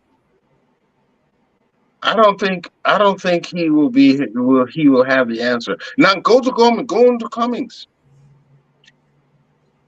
If I were Cummings, I wouldn't even be citing the negatives. Everybody sees what the negatives are. Liberians want to see what the positives are. Where are we going, Mr. Cummings, with you? What are you going to do? Yeah, we agree. All those things you said, not happening. But how can we be sure you will not be the same? Jimmy, to me, that should be the focus. Jimmy, but don't you think because the weird government had been performed so poorly, so that it's like what my father told me one time, that to fight lazy man is very hard because you don't even prepare because you think he's so lazy you can beat him anytime. Don't you think the shortcomings of the weird government is making people to really not prepare and they just talk? They're really not strategic, they're not tactful because they feel that this guy is like, I mean, we can just beat him. Yeah. Easy target. He's an easy target. You're 100%. He is an easy target because so many things he does, he allows himself to be open. He is an easy target, but that doesn't mean Liberian people would not dig deeper. It would not mean like, okay, you say he didn't do this, but they're looking at you, Mr. Cummings, you, Mr. Boakai, you, Mr. Gungo. What will you really do? That is what the Liberians people are going to be looking at when they go into that ballot box on October 10th.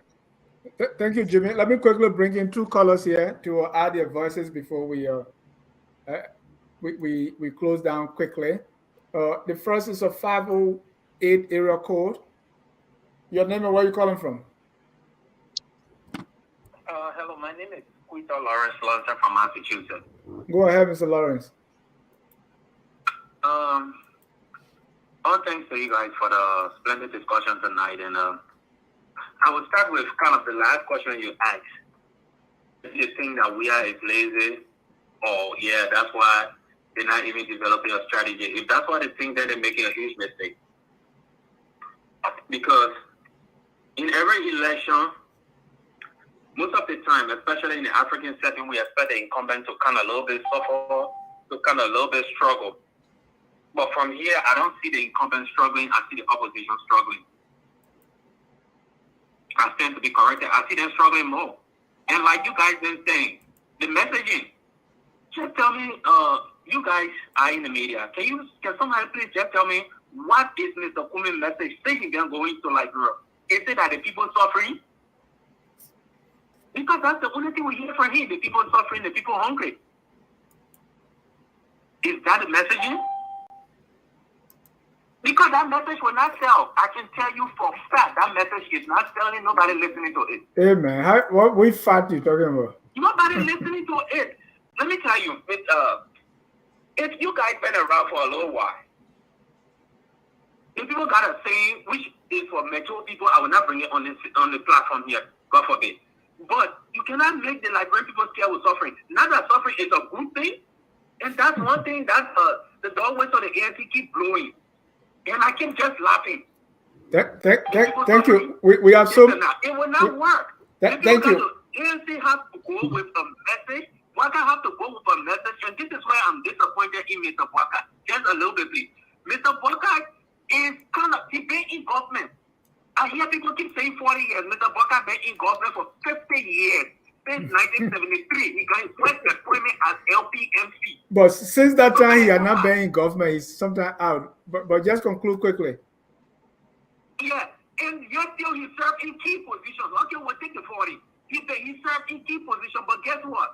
When he's speaking, if you listen to Mr. Boga all the time, he always excluded himself.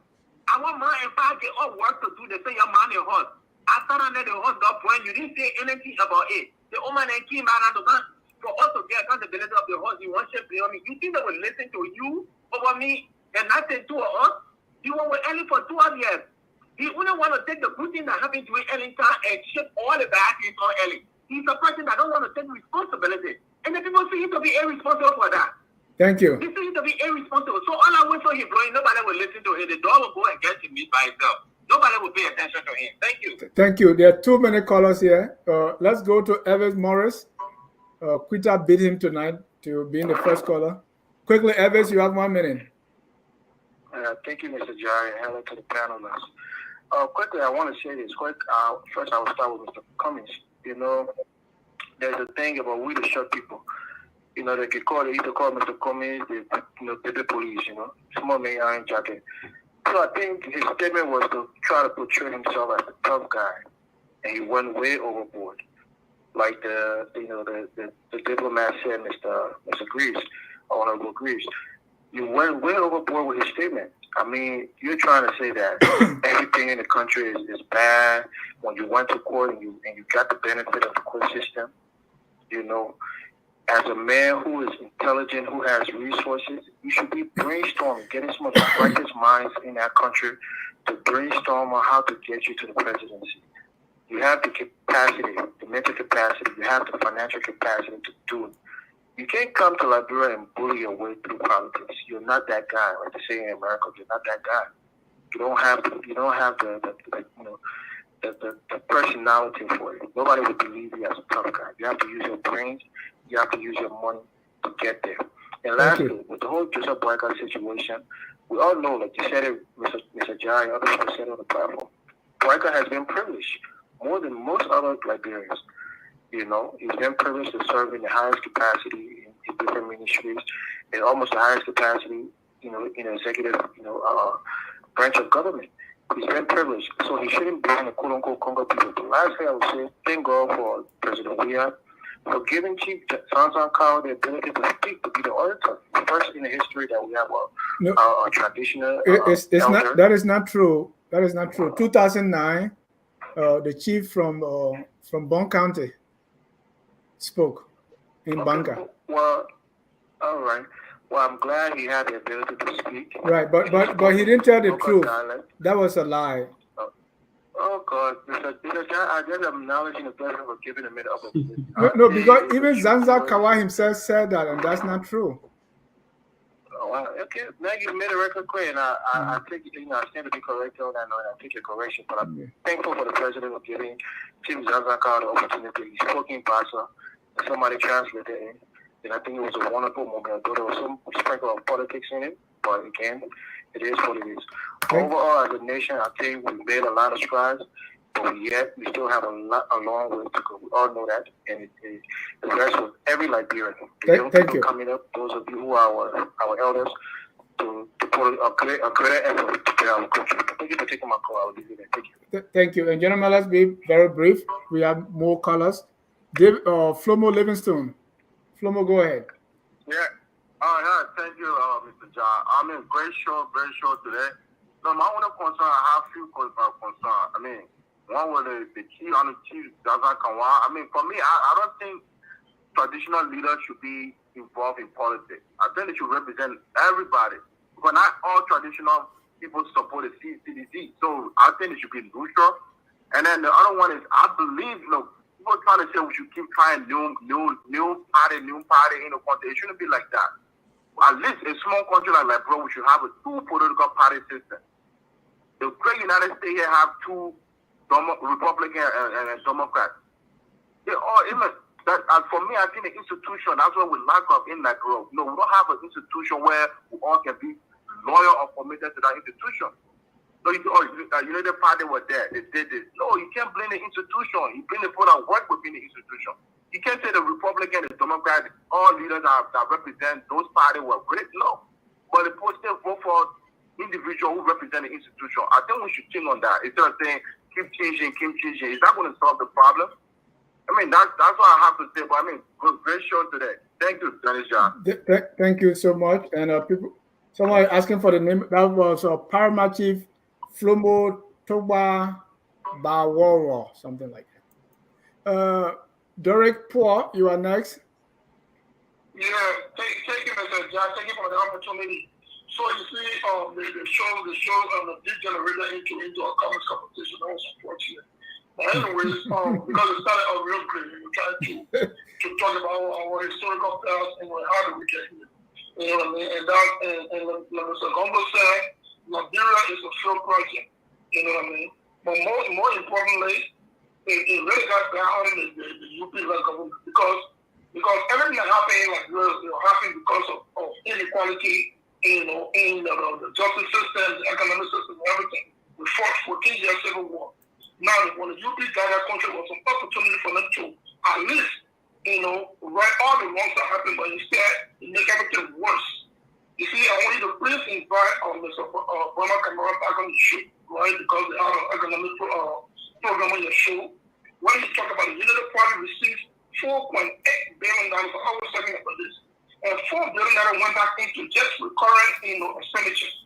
So only $800 million that was spent back into the economy to develop the people. How can you develop a country and the people with only $800 million? The rest of the money they just stole it, and that was a crime. Okay, so we cannot, you know, downplay this thing. Unity Party caused more harm to this country than any other person in the history of Liberia. Because again, after all the wrong that we committed against ourselves, we have an opportunity to make it right. But instead, everything is happening to the judge here. They make it different from the Unity Party. Now, Mr. Green on the show tonight, I was so disappointed listening to him. The European diplomat called Monrovia, the biggest city in the world. The American ambassador called our official a syndicated, you know, criminals, and he actually traveled the entire country. And then Mr. Smith, Chris Smith said our government was a cryptocratic government. So everybody saying the same thing. Mr. Comey said the same thing all of a sudden. It's you know, he's not a good leader because he spoke like this, he spoke like that. See, everybody knows that's what's going on. Comey did not say anything different. That's number one. Number two, besides that, he highlighted that, look, if Liberians are given the opportunity, that's why he spoke about the young kid that became the entire Mediterranean speech in Mandarin, a Chinese language. And he spoke about the young kid that played basketball in America. He said, well, get invested in Liberian student or Liberian kid, they can do better. How come we didn't even talk about that, but only the negative part of it, the criticism, you know? But again, let me stop here because, you know, my blood boiling. Your blood boiling. All right, thank you, Derek. I'm happy at least we got your blood doing something. Thank you. Aliu Kamara, maybe we're going to get the opposite of Derek. Aliu, go ahead. You are live. Yes, sir. Thank you so much for having me. Let me just say I pick up one or two things from Dr. Duke and Mr. Eastman. Even though I may not agree with the analysis, but they made a lot of sense, you know. And the only place I disagree with Mr. Eastman is the issue of the buck. The Liberian people are not ungrateful about the buck. But what is the essence of the buck if the children who are supposed to play on the buck, their parents don't have a job and they don't get paid? Even if they have a job, they're not getting paid. The street of Monrovia on July 26th is so quiet. Nobody's in the street. During our days, we would dress up, we were walking from the street to street, from public member with the full car, we not on the 5 cents, so 50 cents. So those things are no longer happening. The new generation, they're not enjoying the things that they're supposed to enjoy. And when somebody say, Mr. Green on there, I mean, he's very disappointing. I think it's more about his emotion than the actual than the reality. Dennis, how can you speak of July 26th, which represents 1847, and I want to talk about anything from 1847 beyond? You just want to talk about George Weah government and this, that, and the other, but don't want to talk about it. We will tell the history of Dennis, the Liberian younger generation must understand the root cause of our problem. Like I said, Dr. Du and Mr. Eastman lay it out. We can actually follow their theory. You can tell the issue, but tell it in a more profound way, so as not to encourage animosity and grudges. Yes. So those two guys, they're okay. But let me just say this before I leave you. Please. We will tell the Liberian story. We will tell the story from 1822 and before 1822. We will have to tell those stories. Those stories must be told. So, Mr. Grace, brace yourself. We have to tell those stories. And George Weah did well. One of the reasons why John Carver supports George Weah today is because George Weah gave them forum. The indigenous people have been left out. It's Ellen Johnson Sirleaf and George Weah who have brought them back in the limelight, and they appreciate these people. But thank you so much. We can talk so much. I'll be here watching that. Thank you. Thank you. Next caller is after we are done. Let's be brief, gentlemen. Time. We are almost out of time. Thank you so much, Mr. Jack. Thanks to your family. I must especially my big brother, Abdul Kridat. I think Dennis Jai, your team for your show, for the focus on Liberia, we are all one Liberia. I think it is a good thing for the fact that we are celebrating 176th anniversary. And then for the indigenous, it is for Liberia. And when the so-called American Liberians came to Liberia, they settled there, they met the indigenous. And I mean, they co-mingled, they had this best relationship, and they created a country, founded a country called Liberia. And for 176 years, we continue to say Liberia. But yet and still, we cannot forget about our history. For the fact that we have come thus far, we have to continue to preach our culture. We have to continue to preach our identity. Our culture is our back, and our identity is our tradition is our identity. But you cannot fall away from it. Whether you are an American Liberian or a Liberian, it still sticks on you as a crewman, a Bassa man, a Loma man, etc., etc. There is thing where we will be castigating people for not doing this, not doing that. I don't think it's for the well for our country.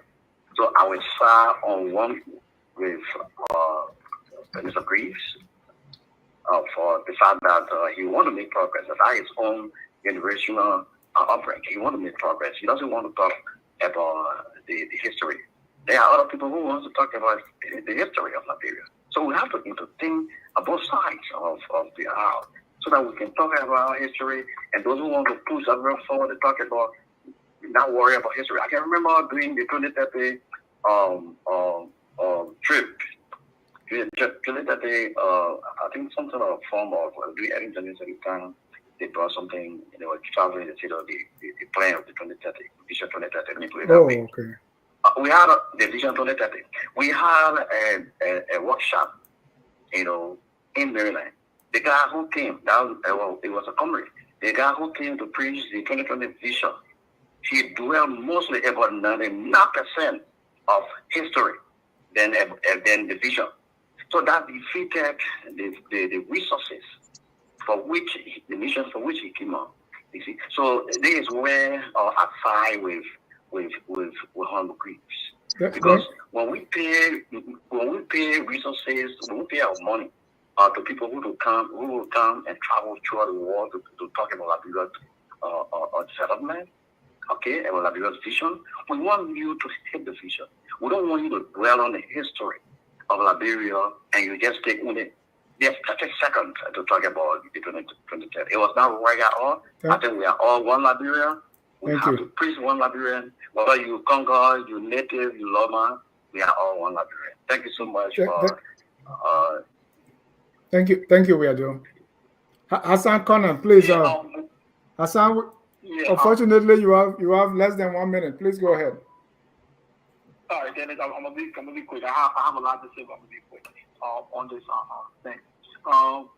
With everything that been said, this 176 years of Liberian history just kind of proves to me, from my perspective, and this is just my total perspective, that I think we are kind of like inferior, because for us, not collectively, individually we are smart and stuff like that, but collectively we're inferior and stuff like that, because for us to sit in classrooms, learn, and with the people, learn all these things and refuse to implement things that to be able to progress us, but we sit here and try to make excuses for it, it's a sad thing. I disagree with Mr. Greek, the ambassador, right? You have to continuously call the ills in our society out when it's happening, right? You can't dress a frog, right? You can't turn a frog into a princess, right? So until Liberia starts to get on the right path, right, then we will start to praise it, and people will talk about the good things about just criticize it and stuff like that, because that's the only way we can make improvement, if we call these things out. Thank you. And as far as Mr. Parker's speech, it just basically again certify, or it just basically show that Mr. Parker is a tribalist, and he refused to take accountability for most of the things, or all the things he has done since he's been in government for over the past 30 What that got to do with tribalism? On and on, but I'm beating the dead horse. So thank you for the show, Dennis. Thank you. Thomas Cannon. Thomas, you're live. Quickly. Thank you, Dennis. I will firstly disagree with the issue of let's not look backward. I think for us to be able to transform Liberia, we have to look at the infrastructure of the state to answer the question whether that infrastructure that was put in place in 1847, when Liberia was created only by 3 counties and eventually broadened to include the other counties, whether that infrastructure can serve the purpose of today. And that means we have to look backward and really be able to figure out how we need to re-engineer the infrastructure of the state. And what do we even call that concept of a state? I don't think to just come and say, let's look forward, let's think about where we want to go is going to solve our problem. You can look back. You can look back. What are you looking for? I'm coming to the point. I'm coming to the point. I don't think we should spend our entire energy looking back. But our history is the reason where we are. And like was said earlier, because we have had successive governments of bad leadership, look at what every government does. They do the wrong thing, and when you say they say, well, look at the government that came before us. So until we look back and identify what are those limitations that we had and be able to change it, is going to give us problem moving forward. We cannot have any vision on a foundation that is not solid enough and that is not aligned with where we want to go. Dennis, let me ask this guy one question. I beg you, caller. It's very interesting. I agree with you, caller, that you need to assess your history to progress. But what about looking at who we are today? Because who we are today is a reflection of our past history. So if we address who we are today, then we will all also be addressing the past. So why don't we look at what we're doing today that is wrong? I don't think anyone said we should look in the past either. He said he disagreed with that. That was not a statement. I don't think anybody said we should. I actually said in 1980 we should have looked at the foundation of the state and see how we go with it. So I think you're basing your argument on something that you were thinking, not what we said. Because nobody said we shouldn't look. We shouldn't look in the past. Dr. Duke, I agree with your point. You and Mr. Ismail are bringing in the historical factors that are important to us. Honorable Chris was saying that we need to look forward. And he said, let's look at what is happening now. So no, he also said the past. Let's start from we just coming from war. So why don't we look at that immediate past instead of the JJ Rubber past? But go ahead and your thought. I want to take one more color. Yeah, let me just end myself. But the point is, if we are looking back to the war, then the question is, why did we even go to war? So these are all part of our history. Okay. But just to conclude, I also don't agree with him when he just says that, okay, the opposition is saying all negative too. In many instances, people are just thinking or they are describing what is happening. So why doesn't he get annoyed with those who are creating the situation that is being described by these opposition leaders? And like other callers said, they are not the only ones saying it. The U.S. government just put a statement out on the investment climate in Liberia. You should take a read of it. So everyone knows what is happening in Liberia. Over the past 5 years, we have actually, instead of progressing, degenerated. So let's agree to that also and get annoyed with everyone that is creating this situation, rather than just say the opposition leaders are putting on negative statements. Thank you, Thomas. So I mean, can I just clarify one thing quick before we go further? Because I hear a lot of the callers, I don't know if they're already listening or they just got a different perception of things. I did not say do not look at your history, or look at the history facts. I never said that. I was talking about being looking at vision, the path of vision, our forward thinking idea. As I did mention, historical analysis has its place, but it's perhaps not the best route of change. That's what I said.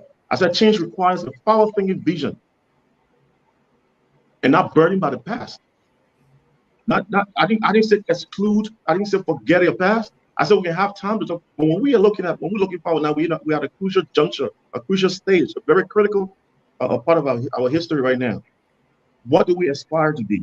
What do we want? I said the past will not give it to us. We can teach it in school. We can have discourse. We can have discussions. We can have lecture series. Why would I be against my past? Why would I be against the history of the country? No.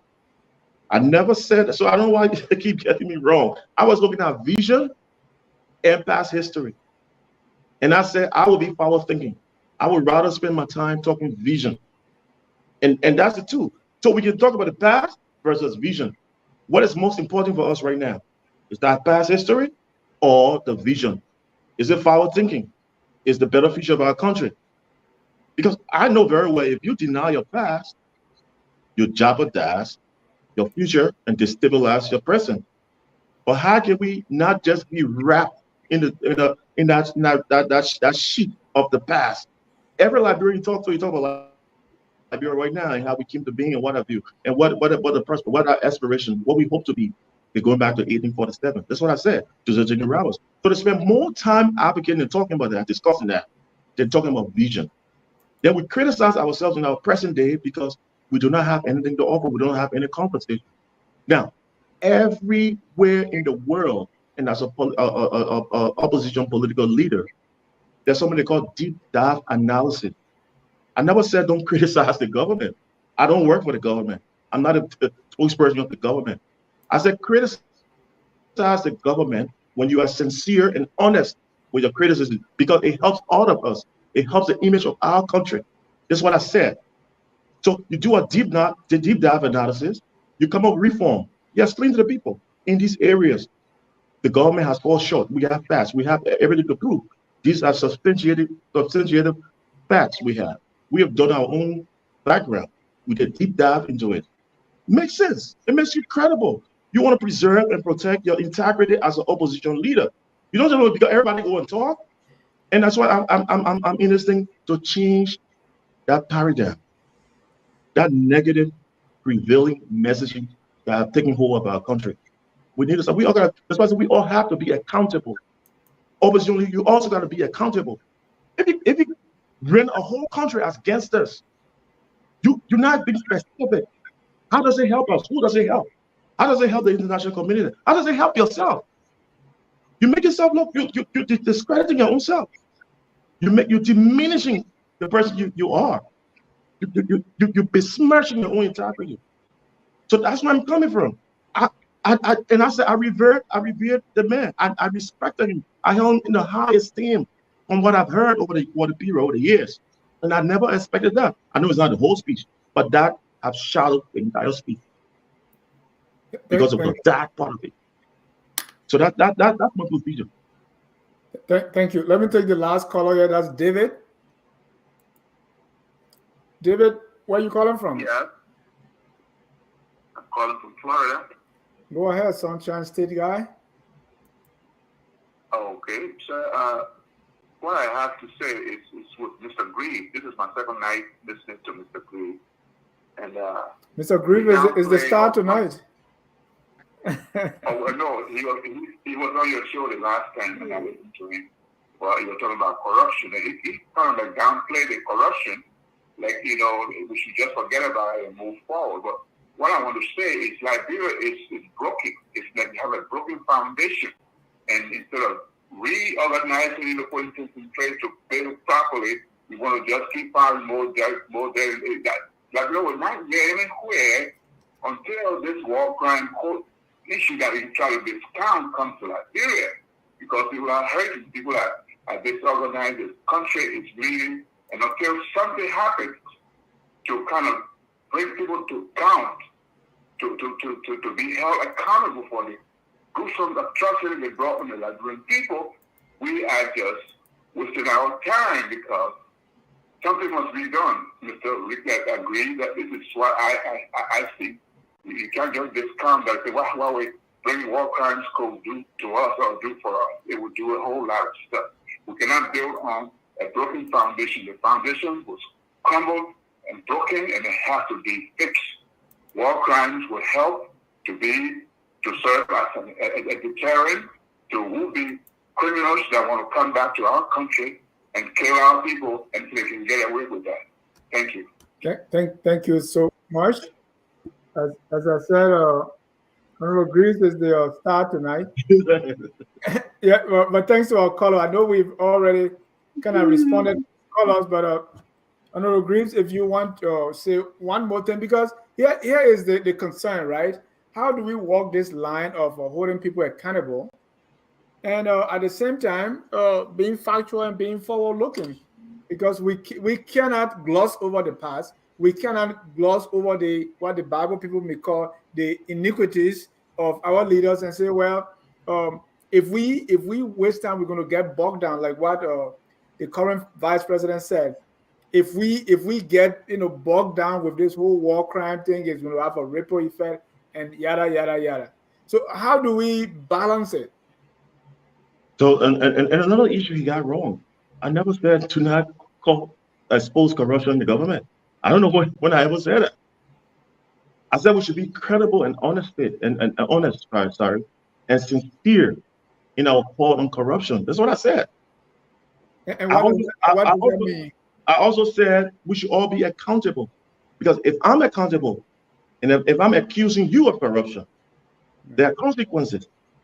You understand what I'm saying? That the great answer, before we used to even use the word alleged. Nowadays we don't even say it. It's all by hearsay. It's propagated in the media. It's propagated in public opinion. That's where I was coming from. I'm protecting the sanctity, the dignity of our country. Because look, Dennis, I've traveled a lot of places. Most of those partners we have, most of the individuals who came to Liberia during our heydays to help us on a reform and transform our country today, they'll speak high about our country. But so us who get the perception of our country as being dark and down and what have you. And some people, but no accounts. I give you an example the last time of a guy who was advocating for the same war crime scope in Liberia and completely misled the audience with the whole issue of how Charles Sitter was taken to the Hague and prosecuted. He gave somebody who was sitting in the congregation was a non-Liberian how to correct him and fast checking. We gotta go. So these are some of the things I'm talking about. We should stop this blanket thing of corruption. We should stop denigrating ourselves, because most of the people who speak about corruption are not credible. You have to be credible. You have to understand what are you bashing at. Somebody like a political leader who play a very significant position, who could be the next president. Read that court. It's not specific. It's not saying anything. It's not making any spice or substance. It's just general blanket. I know politicians will have to do things to be credible, but you don't do that. It makes you less credible. Thank you. Thank you. We are going to ask you for your closing comments now. I wish we had time. I go through, but it's okay. Yeah, and we're always everybody keep getting this wrong. One for facts, and that's what we are. That's how we. There's a common example right now. Okay, can we do this? I'm coming. I did not speak against corruption. I didn't say we shouldn't talk about corruption and expose government corruption. No, I had a different point of view. I did not say we should not speak about our past history. No, I said there's two things we have to balance: the past history from our founding fathers and the vision that we hope to see ourselves tomorrow. Everybody who's complaining and crying right now, it's all power thinking. It's all about vision. Why we are not there yet? Why are we here? Nobody have put in the mind. Nobody have recognized the fact that we were a group of people. Okay, Dr. Du. All right. Before you get your closing comment, let me remind you that tomorrow we have the literary hour, and the topic is 1 Mile to Independence, the Thomas Hawkins story. On Saturday at 1 p.m., I'm going to be sitting down with Madame Sarah Beslow Yanti, that's the standard bearer of the African Liberation League, and we're going to discuss her plans to become president. You don't want to miss that. Let me remind you that this year, Focus on Liberia is having our virtual Independence Day program. That's on Sunday at 4 p.m. Our keynote is Madame Call Family. The theme of this year's celebration is sovereignty, independence, and responsible citizenship. You don't want to miss it. In case you want to have a sneak peek of the program, here you have it. Gentlemen, thank you so much for tonight. As you can see now, I'm standing up because I've been sitting down after work. So let me get your closing comment. I really appreciate your time, and it's always good to talk tough on Thursday. Jimmy, let me start with you. You're muted, Jimmy. I really appreciate the comments, and especially people, Sam Willow and a couple of others. It's enriching, and I will tell you why it's enriching. In other words, it's building us up. The one way of getting over past mistakes. Let's say there are past mistakes that were made, but we need to move on. So what do we do to move on? One of the things we talk it through, because there are a lot of misconceptions that are being portrayed. A lot of misconceptions. Things that were practiced throughout Africa, they attribute to only one group. No, some of these things were practiced throughout. But we have to talk it through to bring an understanding that to everyone. It's necessary to talk it through. The other thing is to own up to the mistakes. There were mistakes made, and everybody's aware there was umpteen mistakes made, but there was no playbook. Liberia was an experiment that had never happened ever. So of course, yeah, there were a lot of mistakes made, and we have to own those mistakes because they were made. Then we have to empathize. Those who are hurt by it, we have to empathize. We have to identify with that. And that is how we start correcting these or accepting these past mistakes. Then we make amends. We get together. Yeah, this thing happened, not right. We get together, and then plan to do better. This is where we're supposed to be, planning to do better, okay? And to plan to do better, what is the life lesson that we learned? What did we learn? The life lesson that we have all learned from what we experienced from the war, from 1990, from 1980. What are the lessons that we take away? That is so important, because if we don't take away those lessons, we are bound to repeat the same. You know, what are those lessons that we learned? Okay. And one of the last things we can do is separate ourselves from the mistakes. Okay. Yeah. Some of those people did it. They may have been my great grandfather or my grandmother or my this or my cousin or my tribe man. But that's not me. And I don't believe in that. So we have to separate ourselves from these mistakes. And lastly, what Mr. Greaves is trying to say, we have to challenge our negative thoughts. We can't sell ourselves. We can't undersell ourselves. We can't sell ourselves as a no-hope, corrupt nation. No, we have challenges, but we are rich. We are ready to build a nation with partners who are ready to combine with us. We can't sell ourselves negatively. Yes, we have issues, but that is not who we are. We are powerful Liberian people. Jimmy, it's good to be aspirational, right? That's right. That's not who you are. Because you fell down somewhere, that's not who you are, Ja. You got up and you keep on moving. That's not who we are. But you keep falling down. That's why the people are kind of getting tired seeing you all muddy. Sometimes you have to learn from your mistakes. Then you won't fall down again. Thank you. Thank you. Honorable Grace, you're closing. Thank you so much for having me. Thank you for your comment, Isma. Thanks for sharing the panel stage with you. So there's a problem we have. We always complain. Look at Ghana. Look at Nigeria. Look at these countries. Sierra Leone. They're all far ahead of us. And then but we don't understand why. Why are they moving so far?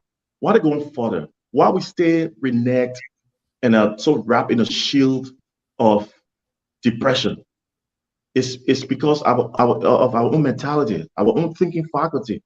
So I'm coming from a standpoint where I'm saying, look, we've complained so much. We've downgraded ourselves so much. We're trying to compete with our neighboring countries. They're far ahead. The reason they're far ahead because they're forward thinking. They're looking at vision.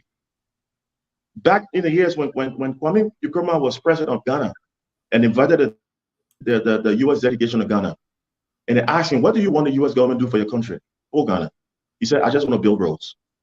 They went to all the budget, all the signatory agreements and what have you. Everything Kwame Nkrumah did was roads. And the ambassador asked him, but you don't have cars, you don't even have people. Why you want to build roads? Why everyone roads? He said, because if I build the roads today, tomorrow the cars will come. And look at Ghana today. So that's what we should be focused ahead. I didn't dismiss the fact of talking about our history. We have a rich history. We're resilient people. We can talk. We gotta compare the critical part of our history with the vision we aspire for tomorrow for a prosperous nation, so that we can be compete with other nations as we put it. In America, people talk about the history of what have you. Everybody thinking about how can we do the best, how can we put men on the moon, how can we, it's always forward thinking, and that's why I bring growth, that brings development. It's not sitting on the mountain talking about, we can teach it in school, we can have discourse and talk about it, we're talking about giving all the time. But if we stuck in it, it brings what? Depression, it brings division.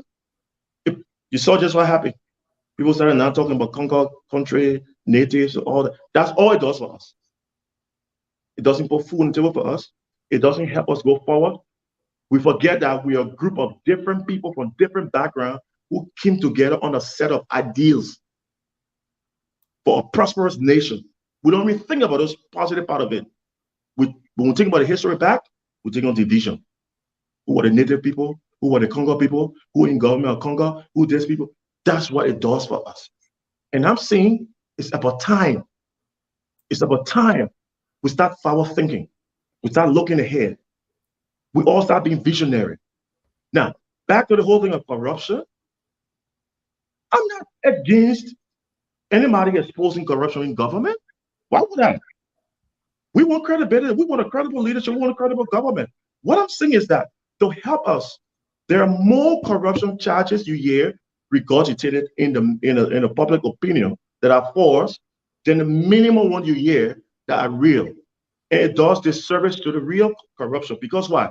If everybody just spending corruption, that is not factual, those people who are the real corrupt people get away.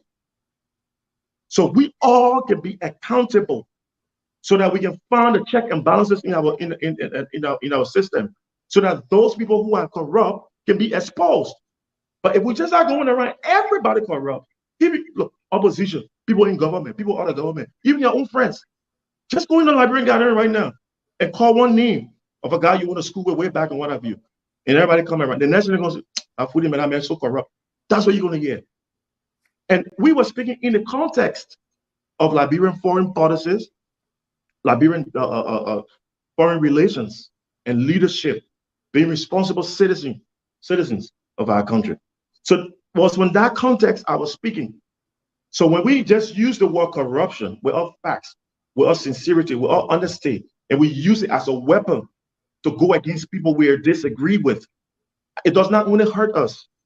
It does not even hurt the person you're against, but it hurts generally the entire country. International partners are looking. So I was speaking in the context of international partners, doing business, building a strategic climate for international investment and trade. So that's the context I was speaking. So people take things out of context and they don't really know how to apply. And they just say the man said this, the man said, I did not say that. Thank you. I want to see a better Liberia, not because I want profits, but I'm looking at tomorrow. I'm looking at my children, my grandchildren. And I reiterate, leadership will come, leadership will go. Regimes will come, regimes will go. What is going to remain? Liberia. And who Liberia should be there to protect? Our children. We will be gone. Our children. What do Liberia want to build? Want to build Liberia with mudslinging and gossips and lies all over the place? How will we help Liberia? How will we help ourselves? So these are some of the cardinal issues that an approach I have taken. I don't want us to keep doing it. That's why we keep doing the same thing, and that's why we are where we are. There's no leader who would become a democratically elected president of our country who is a weakling. I dismiss that. You have to have strength to go through the democratic process, except you do coup or to overthrow a government. No. And we have wiped our hands from that. And guess what? The Committee of Nations, our partners are praising us and hailing us for that we are moving forward. Ellen Johnson Sirleaf didn't come to build skyscrapers. She had a mandate, she had a responsibility, was to preserve our peace, was to restructure government under one umbrella and one leadership as we knew government to be, as any civilized country would be, to build its capacities, to have the nuclear of our country, the wheels turning again. That's the only mandate she had. And she executed that so. So when you're looking at successes and failures of a government, you have to be sincere. Thank you. And that's where I stand. And I still hold that. I know he hit at the fact. Alexander Cummings is a Liberian. Alexander Cummings is an opposition leader who is at the forefront wanting to be who will be our next president tomorrow. He's not an ambassador of another country criticizing Liberia. Just a guy who's there, who should be carrying the mantle of our country. Our opposition, they criticize, they oppose everything. They don't tell us what they offer, how they think it be better. Critically analyze the situation, do a deep dive analysis, come up with a reform to the people. In these sectors, this is what they're doing. They're failing. This is a reform program I have, agenda I have. I'm selling to you people. That's messaging for an opposition leader. Being an opposition leader, you don't have to be mean-spirited and just come blanket in. You're not even criticizing the government. You're criticizing Liberians. You're saying our official passports or diplomatic passports are used against us. You see the country is run by who you just saying things. You're saying Liberians. You look at the whole country. You're creating the doom negative picture and perception to the international community. That's why they see, that's why they hear. How do you back those? We should be credible, and our leaders should also be credible. We ourselves should be credible. And that's the point I'm coming from, Dennis. And there's a message I'm putting across. I know Zugle, I mean, he left, but no politician has the right to just say whatever you want to do, denigrate the country because you're a politician in opposition. That's not how opposition works. And we should change these. We should change these things. We should make our country prosperous again. We should make our country better. We should make our country respectable again. It's our image. It follows every one of us wherever we go. We have to protect Liberia. Thank you so much. And let me also mention, Mr. Cummins said, Liberia is 176 years old. Our country is too old and experienced to be where we are today. We are 118 years older than Singapore, 101 years older than the State of Israel, and 110 years older than the Republic of Ghana. Again, those kind of statements. Because if you compare yourself with Singapore in age, you are telling me that what they have accomplished has come through age, the number of time or the number of years you've been independent. I think Mr. Cummings should take back this speech and redo it and give it again. I don't think he did well here. These blanket statements are too many, and they did not provide the context that if you are comparing her with Israel, what are the dynamics? You know, Ja, you hit a critical issue just now. It is not the age. Is if you have passed through the critical development that is required to progress. You can be 1,000-year-old, but if you've never, it's just like somebody who's living with their parents. Let me give you that scenario. You're living with your parents. You don't know how to pay your own rent. You don't know how to do anything for yourself. So even though you're 30 years old, you still were living with your parents. You're still a child until we pass through these critical elements that will develop us and make us who we are. That Liberia, that beacon of light, we will always be a child. Right. And that's what you look at as a presidential candidate, right? Because your agenda is not based on how old the country is. No. What are you going to do? So comparing us with South Africa, with Namibia, based on age, it just doesn't have that. We are all human beings. What makes us different from animals is that we are compelled to believe, and to believe in something higher than us, bigger than us, supreme, God. And they got a saying, if a hole is in your heart that is of God, and God does not fill that hole, what do you think is going to fill it? Something else is going to fill that hole.